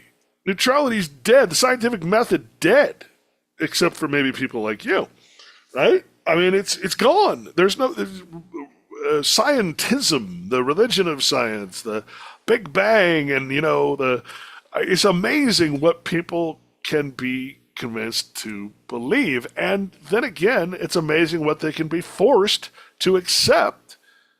Right? Everybody has to write about string theory because that's the current whatever. No, it's not an accepted science. It's basically another way of dumbing down science. So if you are a scientist, you're not going to do very well, right? I'm not going to do very well in the truth movement because I'm actually speaking the truth.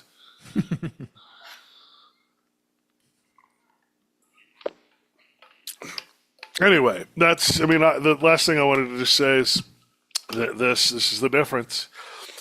This is why they switched every in the original. There's not really an original Bible, but in the original texts, the oldest text, they use the word Jehovah over 6,000 times. That's a translation, obviously. It's supposedly the correct translation. I say that I guess you can say whatever you want as long as we're all on the same page about what it means. Supreme Being, Jehovah, the eternal and infinite spirit, the creator and the sovereign of the universe, as opposed to the false god, right? Thou shalt have no other gods before me.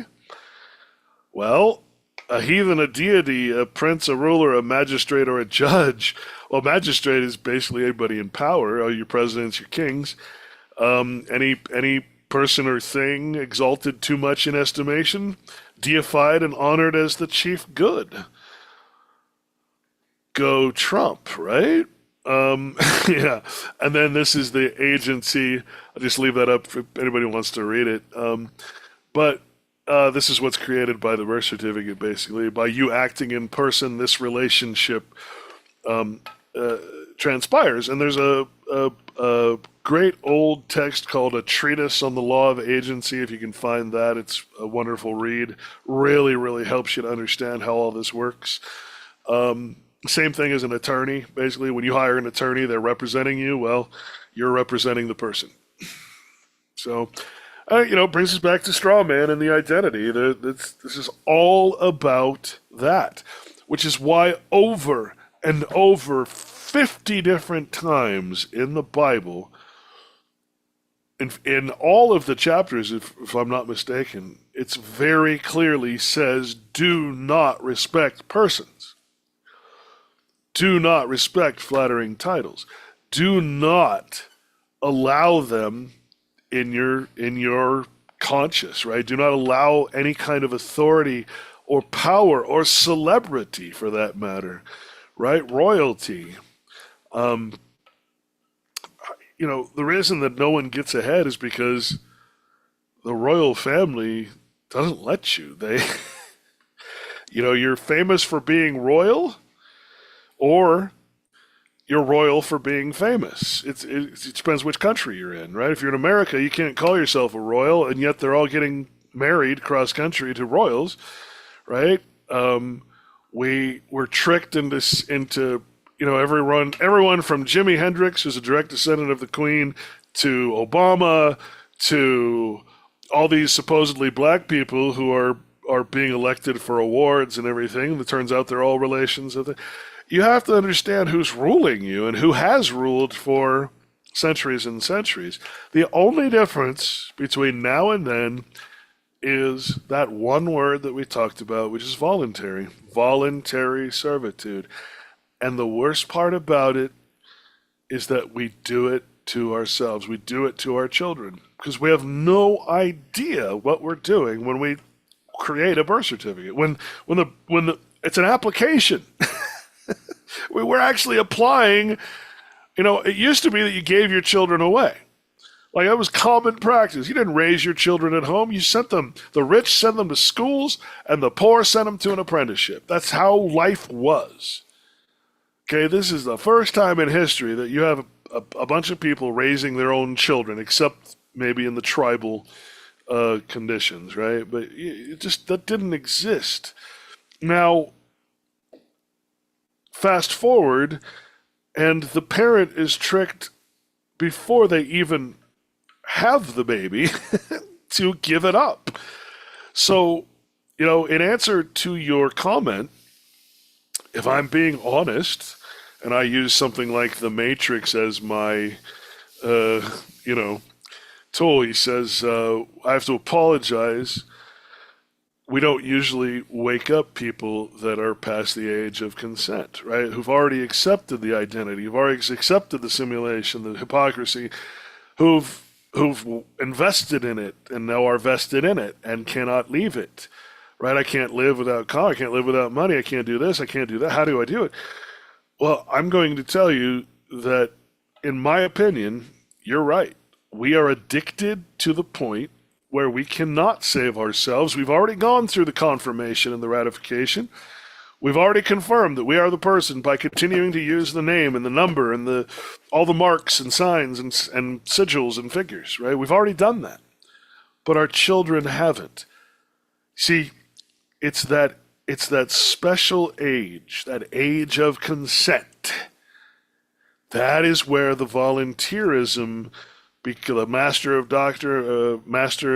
doctrine of master and servant starts to apply. And you go from being an apprentice to being a subject, to being an indentured servant, a voluntary slave, which is what we are, like it or not. Keep in mind that the 13th Amendment did not outlaw slavery. It only outlawed involuntary slavery, to which the birth certificate or the 14th Amendment was then created to, basically offer slaves a denizenship, which is the same denizenship, the same citizenship, the same incorporation that is offered to us. Have you seen good evidence or any that there was an original 13th Amendment that was... Absolutely. Yeah. Probably not the one you're thinking, though. Okay. The original 13th Amendment, it's documented very much so. Very hard to find, but it actually was before the Civil War. And it was Lincoln, if you read the quotes by Lincoln, you'd be shocked, where he says, I don't care about slavery. It's not my place. Slavery, like abortion, should be a state's issue, not a federal issue. Therefore, the 13th Amendment that was passed before the Civil War, right before the fighting, it was signed by the president and ratified by 2 or 3 states before, and that was just too late. The fighting had already started.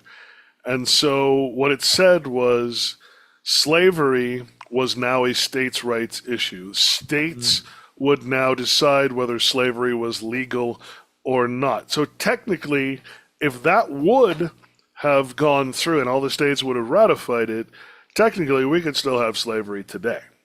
Okay? Now the 14th Amendment was more in accord with the New World Order, as we say, which is to create a voluntary slavery, which was not outlawed. And to do that, you offer what we call citizenship, right? A denizenship. If you look up denizen, that's a word that actually says it all, because it's like a halfway point. You can't actually own land, but you can or have the actual land, because that's all, land is always going to be property of the state. So you cannot be higher than the state. And that argument alone pretty much defeats all of the guys who say you can have all these things. If you do have a patent or you do have some kind of grant or whatever, that's great. But you got to remember that grant, where does that grant come from? It comes from the nation state, right? They can take it back anytime they want to, just like they took back the Confederate States. They can take back, they can do anything. Why? Well, because they took the militias and made them a national army. And now our own people fight against us. They haven't had to yet, necessarily, although you have seen them at universities, quelling the unrest of a wartime, that kind of thing. But yeah, our military has been turned against us, just like the king's armies were put here. So what I'm trying to say is that I believe that children are our future. We have the power. We can not put our children into voluntary servitude. We cannot train them. We cannot send them to public school. We have the choice to actually, through various methods, to not subject our children to the same fate, if you want to call it that we were. We don't have to enslave our children at birth, but we do, because it's just what we do. Because we do everything out of complete ignorance. So that is the only solution. I will tell you this, Clint, there is a lot of people that are getting hip to this. And like I have a partner who does a festival with me who has not, had his first child and nothing signed, no express contracts of any sort. She is a embodied little girl on the soil here. And same with some other people that are in our community. We were just at an event, Confluence, where there were literally blindfolded children reading and playing pool, and with no birth certificate. So I will say that that is a movement right now. And so my question to you is, as these parents are getting hip to this and doing this, where's a lot of talk about moving into the private and being in the private, using trusts and different technology like that. In your estimation, if we and as the adults, and the other part of this question is their ability to rescission these contracts using equity in these other jurisdictions to then move to the private and basically be on God's land outside of the jurisdiction of the state. Yeah, and so the big, again, no offense to anybody who, because I used to be all about that too until I understood the international remember, all the territory, all the land has been claimed as territory. There's nowhere in this place that's called the United States that you're going to go that you can say this land is not United States, because that is a direct opposition against the ruling order, who has a massive military and you have nothing. Okay, so no, you're not going to find some kind of real freedom anywhere. That does not mean, however, that you cannot set up something that would be protected. I mean, the whole system is set up to have a sense of protection from government. That, again, the Constitution protects your God-given rights if you're bearing your arms. See, we think bearing arms means guns, but it actually means heraldry. It means our bloodline, our family line, right? We are the family of the United States. We're persons of the United States. We don't even deal in blood. If we did, then we'd have automatic inheritance. We wouldn't need courts, probate, or anything like that, right? But because we don't bear our arms, again, you can look this up. This surprises people. The actual coat of arms of Washington, D.C. is the coat of arms of, it's an altered version of the Washington family coat of arms, right? They bear that at many locations in Washington, D.C., in Philadelphia, etc. The American flag, as they call it, is actually the coat of arms of Washington, altered so that it's not exactly the same, because that would be a little too obvious. So you're talking about the highest of the bloodline, right? Made president, made false god. So first things you have to do is, because you're okay, you can't go against the legal system, but you might be able to work with it. In my understanding of history, and I look at a monastery is a perfect example of a place where you basically choose your prison. Okay?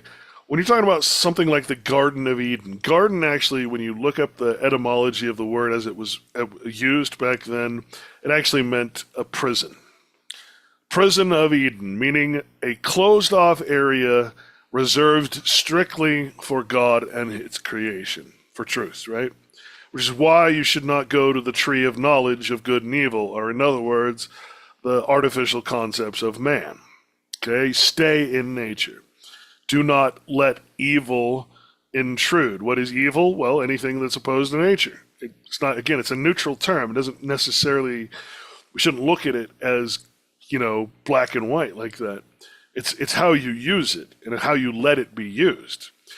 So when you're talking about building the only way you're going to do this is to build a society, okay?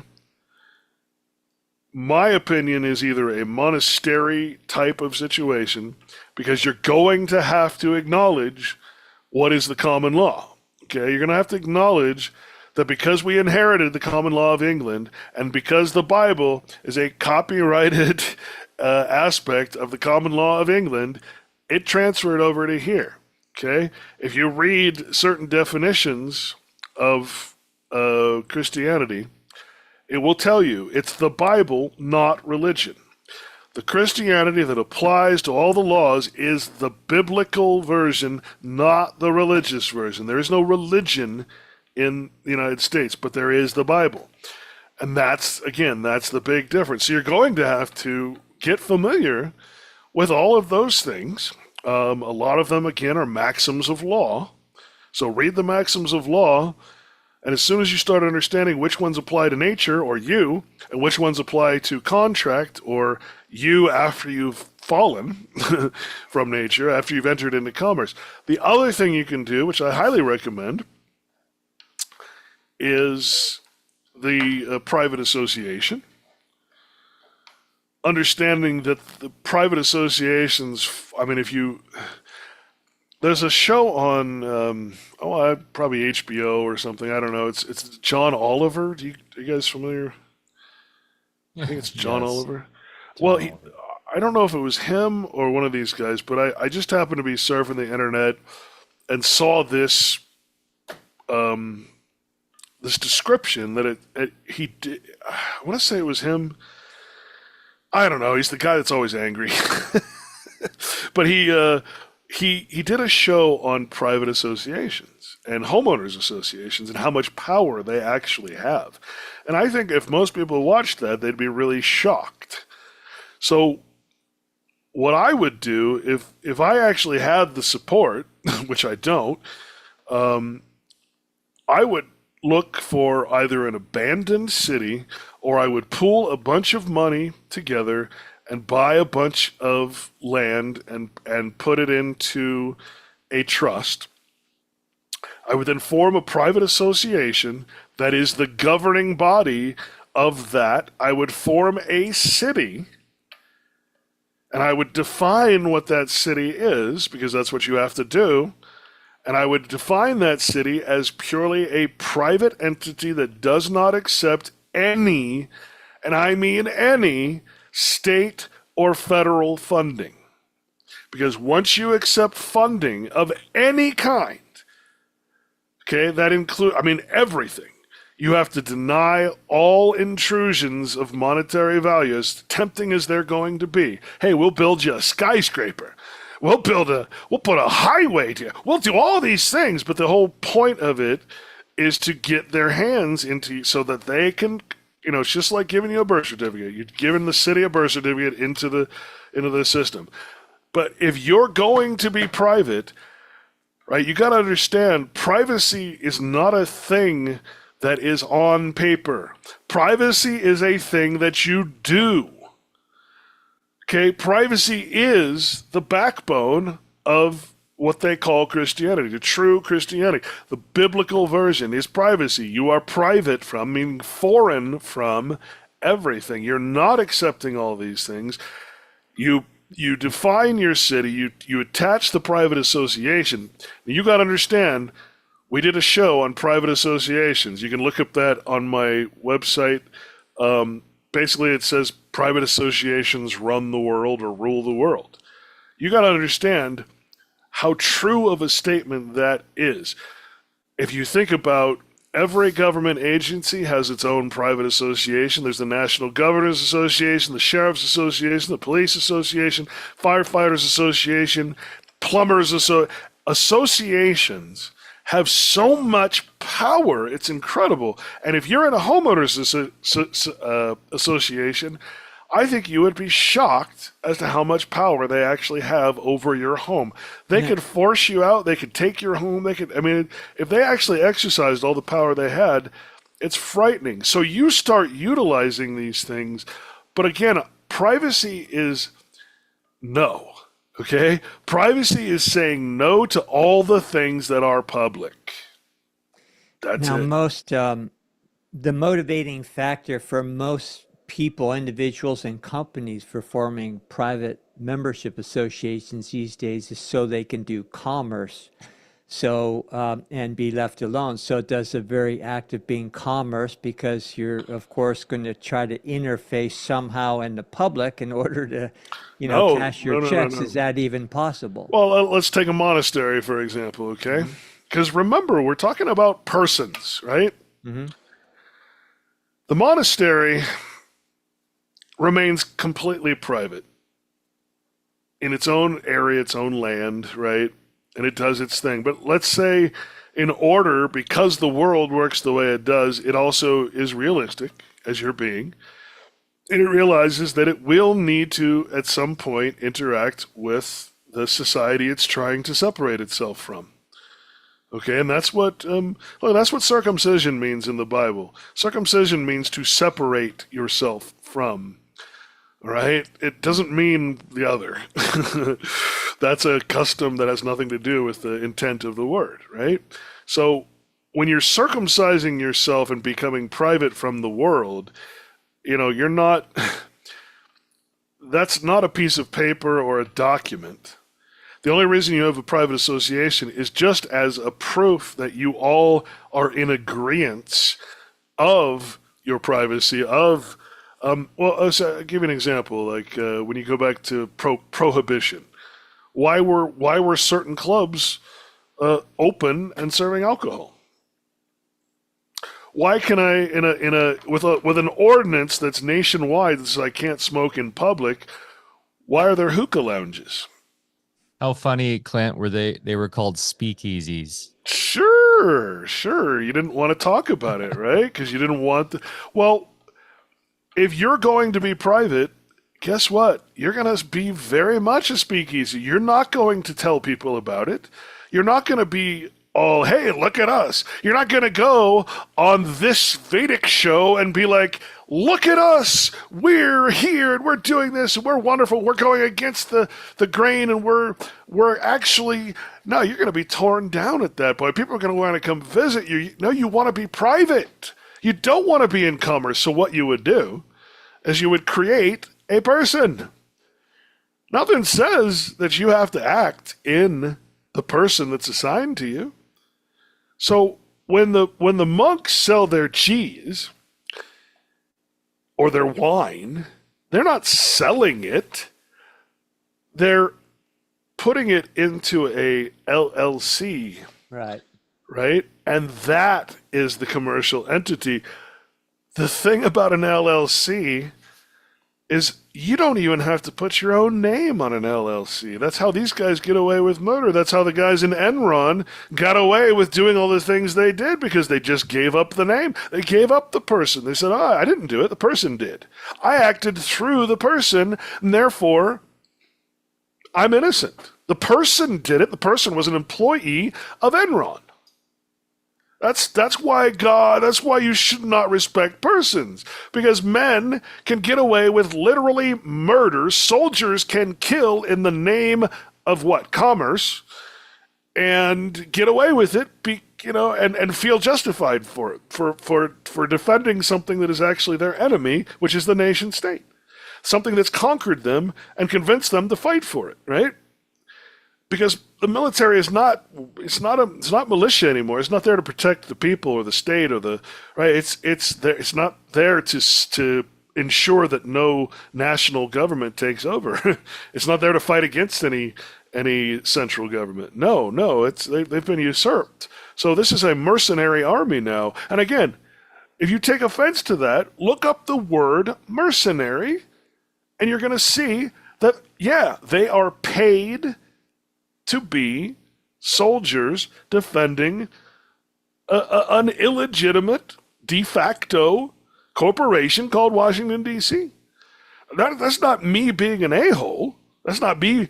I'm not being nice, but I'm also not being, that's what it is. Like it or not. It's not offensive. It's true. Okay? So you can't deny it when you understand the language, right? So the point is, even though we're supposed to avoid all these things. We're in a situation that we can't. And until we can actually start truly applying, or our children can start truly applying the law of nature and saying, no, I refuse all these temptations, all these statuses, and all this wealth, and all the things that you promise and never deliver, right? Right now, we're going to operate through a person that we create, right? And how all the obligations fall on that person. Now, who's the agent of that person? Well, I'm getting ready right now to open a LLC in the state of Wyoming. Why don't I do it in Utah? Well, in Wyoming, I can go to a company there, and I can't remember what it's called at the moment. Wyoming Attorney LLC, by any chance? It's similar. It's registered agents. I just happen to know a lot about that for certain reasons. Yeah, well, okay. So I can fill out one thing, make one phone call or whatever, and tomorrow I can essentially have a corporation, an LLC, a pass-through LLC, or I could go further and do that. Just a pass-through LLC, meaning that it's basically me acting as that person instead of myself.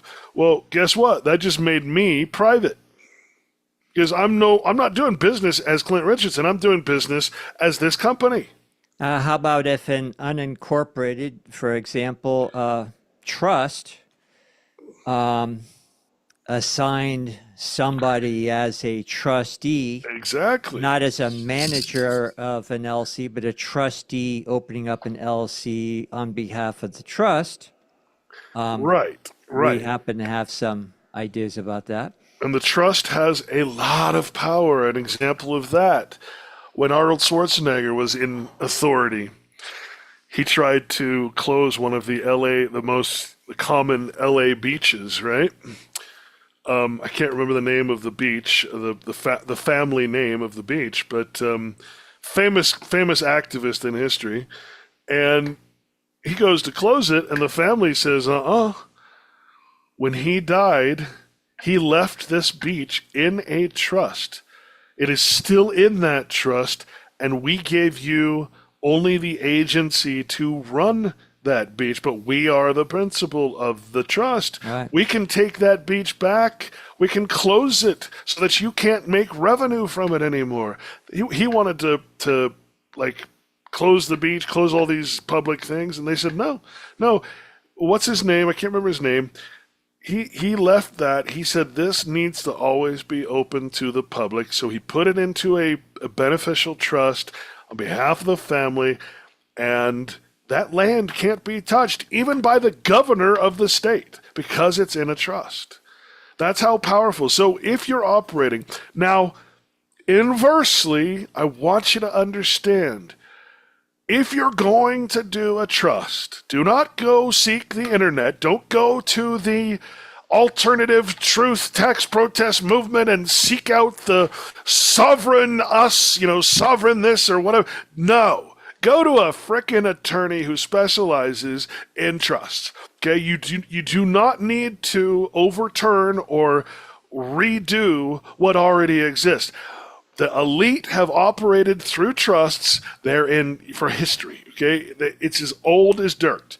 You do not want to go to someone who learns a little bit about trust and then says, I could sell this. Just like my guru here, and I can become a guru and starts, I'm now a teacher instead of a student. No, because once you become a teacher, you stop learning, okay? Once you start selling a product, well, then no matter what I do to show you that what you're doing is leading people into a felony and that their property is going to get taken, it might take 10 years for them to catch up on the records that you did something illegal, but they're going to catch it and they're going to give you a massive fine and you're going to lose your property, right? Accepted for value, all of the sovereignty. Let me tell you something about sovereignty. If anyone is using the word sovereign, they're instantly a fraud because they don't understand what it means. It means that you rule. In order to be sovereign, You must rule over other people. You must have conquered people. That's why the Need nation state subject. is sovereign. Now, anyone who says, I'm sovereign under... No, God, if you're claiming sovereignty in nature or under God, well, then you must acknowledge that Jehovah is sovereign, the sovereignty of the universe. But you can't just self-proclaim sovereignty. That's not how it works. It's never going to be recognized. They're going to laugh at you in court, as they do often to the patriot movement. So don't go trying to reinvent the wheel. The wheel has already been invented. None of these gurus who start all these things are successful. They're never going to be accepted into the order that they're trying to be a part of. They're never going to be sovereign. They're going to claim to be, and they're going to claim that they can make you, and they're never going to have proof. And it's just this unending cascade of people coming from this tax protest movement that will not die, right? Yes, taxes are voluntary, but guess what? What do we say a volunteer is? Someone who's bound. So you volunteered the second you became a child. Second the birth certificate, the second you confirmed and ratified, then all of a sudden you became a taxpayer, whether you like it or not. Not you, but your person, that you're in debt and surety. You're bound to perform. The taxpayer is the person, not you. Yeah, you're not a taxpayer, I agree, but your person is, and you're acting in that person, so everything you do through that person is going to be taxed. There's no tax protest. There's no avoidance of taxes. However, there's a lot of things you can do legitimately in the system, even though you're going against, again, but I mean, we're in a situation where we have to do something in order to have a platform or even a barrier between us and this system that wants to extract everything from us and own everything we own. Okay, well, there has to be some way to do that. And yes, a trust, LLCs, these type of things. But anyone that comes at you and says become a church or be, a 501c3 or even worse, a 508, which doesn't even exist. You have to be a 501c to be a 508. There's so much fraud going out there that we've uncovered in totality.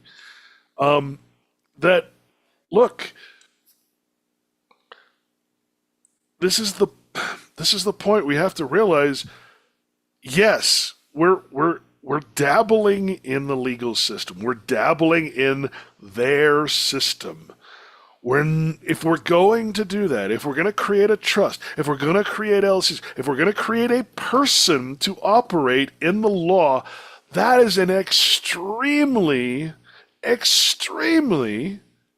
governed, proprietary thing. That person belongs not to you, but to government. And if you operate that thing and say, I'm not going to pay you taxes for your person that I am operating in, I'm a user, well, what do you think's going to happen? They're going to... That's not what these things are for. They're not for tax avoidance. They're to protect your property. They're to ensure your inheritance. They're to ensure that your family doesn't have to go to probate and get taxed, right? You're avoiding the tax by saying, no, the trust is like a family, if you will. In other words, when my mom dies, because she put my brother and I as the beneficiaries, it's as if we already own everything that she's leaving us in the will. There is no transfer of property because it's already ours. That's the point of a trust. The whole system works on market value and reselling and selling and this and this. No, that's not what the elite do. The elite keep it in the family. But see, we don't do that. What we were trying to teach people about trust was not that you can avoid this or do that. No, these are all tax protest things. Your idea of your trust is to essentially form a family inheritance, a family estate That's what the trust is for, is to protect the estate so that it remains that way. You don't have to go and rely on, because you're doing everything privately. Do not mistake the word private with being outside of, you're still inside of the government when you're private. You're still a conquered people. You're still there. When you say you're doing something private, okay, all that means is I'm handling it without having to go to a probate court, or I'm handling it without having to go to government and be charged for the service or the protections or whatever. I'm handling it outside of the system while remaining in the system. But you're never private, you're never separate from the system, because anytime you're dealing with something legal, that is theirs. It is not yours. You should not ever pretend that anything that is artificially concocted in the legal system is somehow a product of you. No, no, no, no. The way you remain private is you, instead of operating through this birth certificate, created indentured servant, you start acting through an LLC or some other entity. And bottom line, you're coexisting without controversy. Yeah, But you're not trying to get one up on them. right. You're following the law. What do you hear all the time in the Patriot thing, right? Oh no, don't do what they tell you to. Don't follow their directions. Do what we say. And one of the other things you're going to notice is these are all like do it yourself.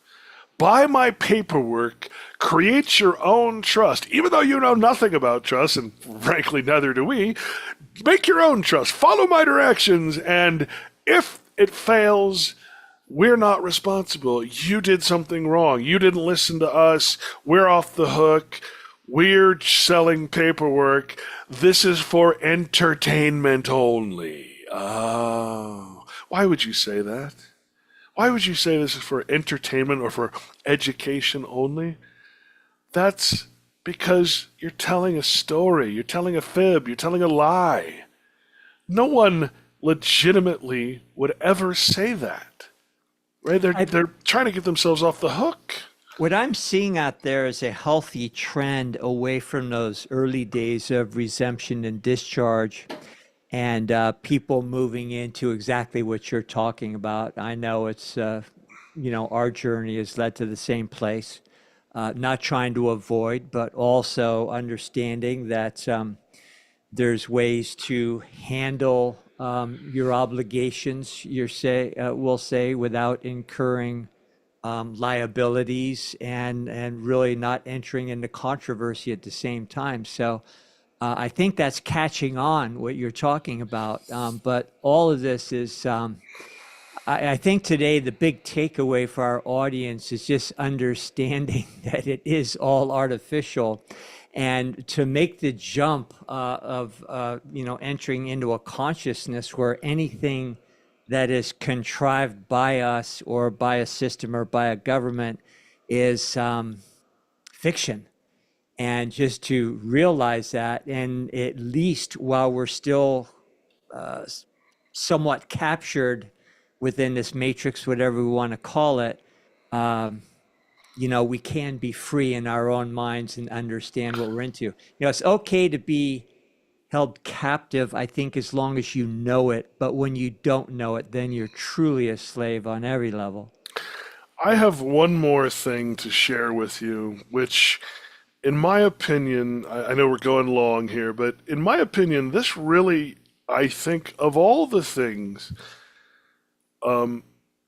really hits it home. It's let me share again here. Is that coming through? It's probably Not yet.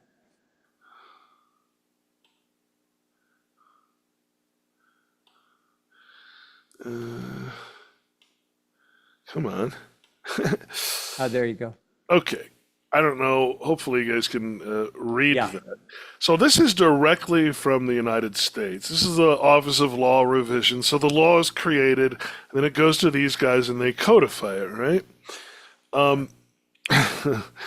This is really incredible, and I want you to listen very closely to what I'm saying here, or what it's saying. This is not me. What is positive law? Now, firstly, above all things, you have to realize that the law of nature is called the negative law. The law of legalism or man is called the positive law. Why? Well, because a positive law is something added to, whereas a negative law, again, it's the ability to say, no, I'm not adding anything. I'm not addicting myself. I'm not having any addition or addiction to what I already am, which is I don't need anything artificial to prove what I am, who I am. I am God. I am part of God. Okay, I'm not the whole, I'm the part, right? And therefore my sovereign is here and you are not a false God. The term positive law, as opposed to the law of God or negative law. Now, keep in mind, this is right from the government, okay? This should tell you everything you need to know. When used with respect to the United States Code, as in a positive law codification or a positive law title of the code, the term positive law has a special and particular meaning. In general, however, especially in legal philosophy, the term positive law is used more broadly. There is overlap, to be sure. They're just trying to really hide it. But the meaning of the term is used generally is not identical to the meaning of the term as used respect to the code, and the distinction must be understood to avoid confusion. Now they're saying that, but in truth, this is a way of informing you of something while pretending that it doesn't apply. It's ridiculous. But there really is a great admission here. In general, the term positive law connotes statutes. In other words, law that has been enacted by a duly authorized legislature. Who authorized them? As used in this sense, positive law is distinguishable from natural law. The term natural law, especially as used generally in legal philosophy, refers to a set of universal principles and rules that properly govern moral human conduct. And you want to throw away the very thing that they recognize as the source, the thing they make you swear on in the court. Unlike a statute, natural law is not created by human beings. Anybody who's telling you that natural law has anything to do with anything that man creates, again, instant fraud.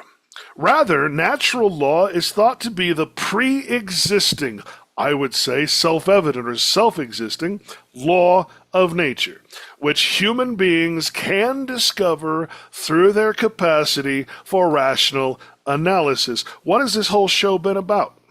The fact that they took away our ability for rational analysis by removing the very tools, by replacing the ancient, brilliant, beautiful, romantic, lovely languages with a pile of dung that's called English, right? That borrows from all kinds of different languages, and they call it a slave language. Yeah, so we can discover through our capacity for rational analysis the law of nature, unless we're completely inundated with what? Positive law. Within the context of the code, the term positive law is used in a more limited sense. Not really, but okay. A positive law title of the code is a title that has been enacted as a statute. To enact the title, a positive law codification bill is introduced to Congress. The bill repeals existing laws on a certain subject and restates those laws in a new form. A positive law title of the code. The titles of the code that have not been enacted through this process are called non-positive laws. Okay, that doesn't really say anything, So but okay. Are we suggesting that it repeals natural law? No, they're saying that any new law they create just replaces the old Right. law, Yeah, and that got any it. law that they haven't codified is called non-positive because it's not codified. Doesn't mean anything. It's doublespeak. They're trying to convince you that even though positive law means anti-God or anti-nature, don't think of it that way, right? But yeah, you have to think of it that way. Non-positive law titles, here's what I mean. This is doublespeak. Non-positive law titles of the code are compilations of statutes. And yet the term positive law connotes statutes. Okay. The Office of Law Revision Counsel is charged with making editorial decisions regarding the selection and arrangement of provisions from statutes into the non-positive law titles of the code. Non-positive law titles, as such, have not been enacted by Congress, but the laws assembled in the non-positive law titles have been enacted by Congress. Let me read that again. Doublespeak. Non-positive law titles, as such, have not been enacted by Congress,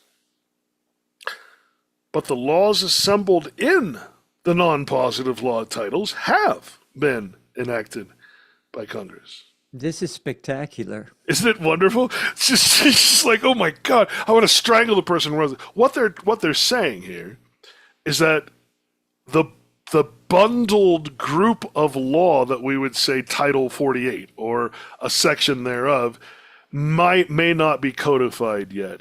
But the actual laws that make that bundle, the individual ones, have been and therefore are positive law. So essentially they've said nothing.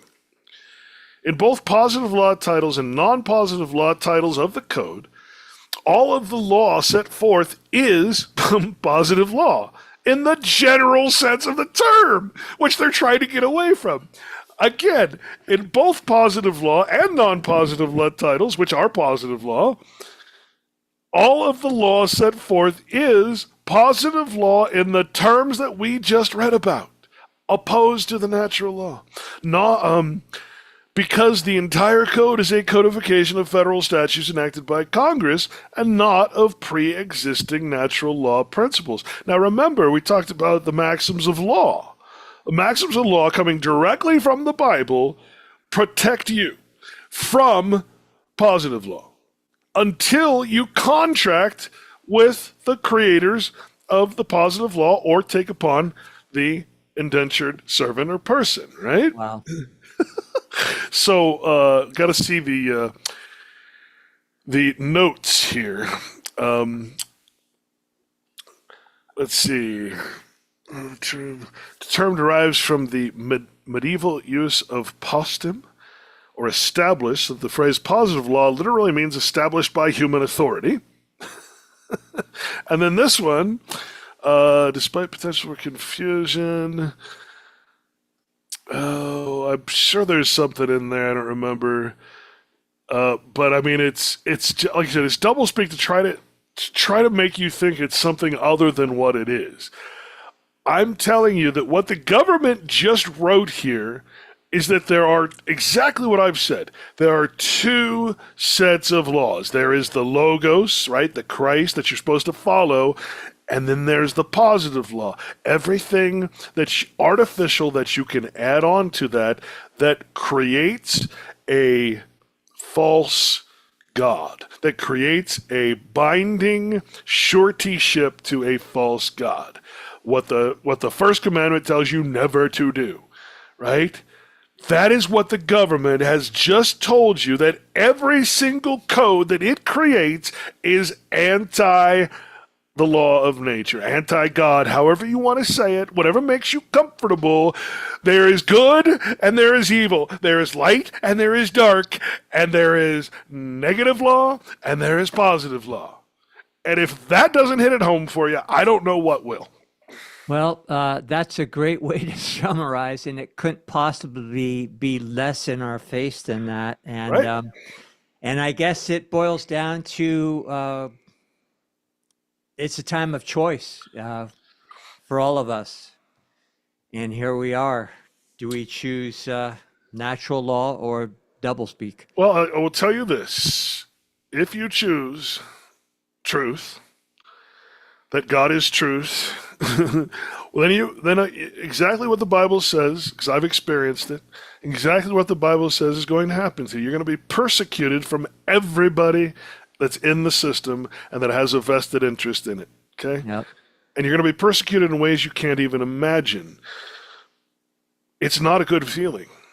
that is why you need to not try to do this by yourself. It's why I haven't tried to do it by myself. I've been looking for the remnant, if you will. I've been looking for a group of people who haven't fallen for a lot of this patriot mythology, who are truly interested in learning and seeking the Bible as what it is, the remedy for the only remedy, the only redemption that is recognized by government, right?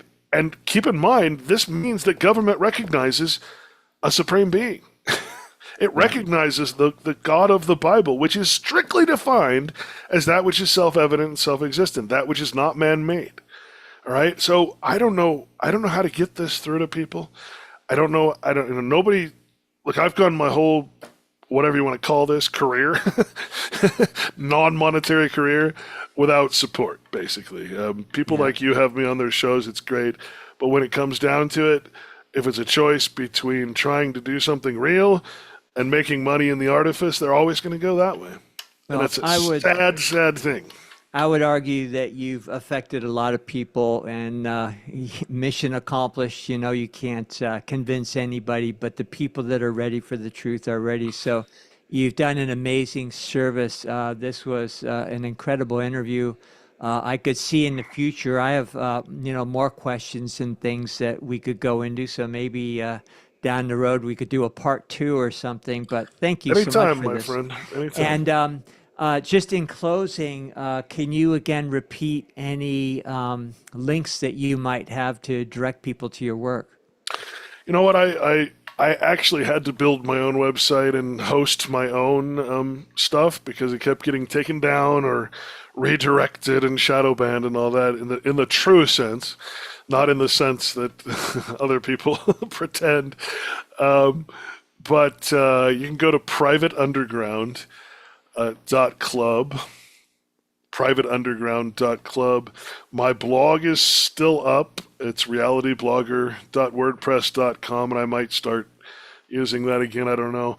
But I mean, I originally opened this site. Everything I've ever done that I could find is pretty much on this site. It's all free. My book is free. People that want a printed copy, I do have those. And then I'm about ready to sell, on that site, all the stuff that's on there is downloadable. You can download it for free.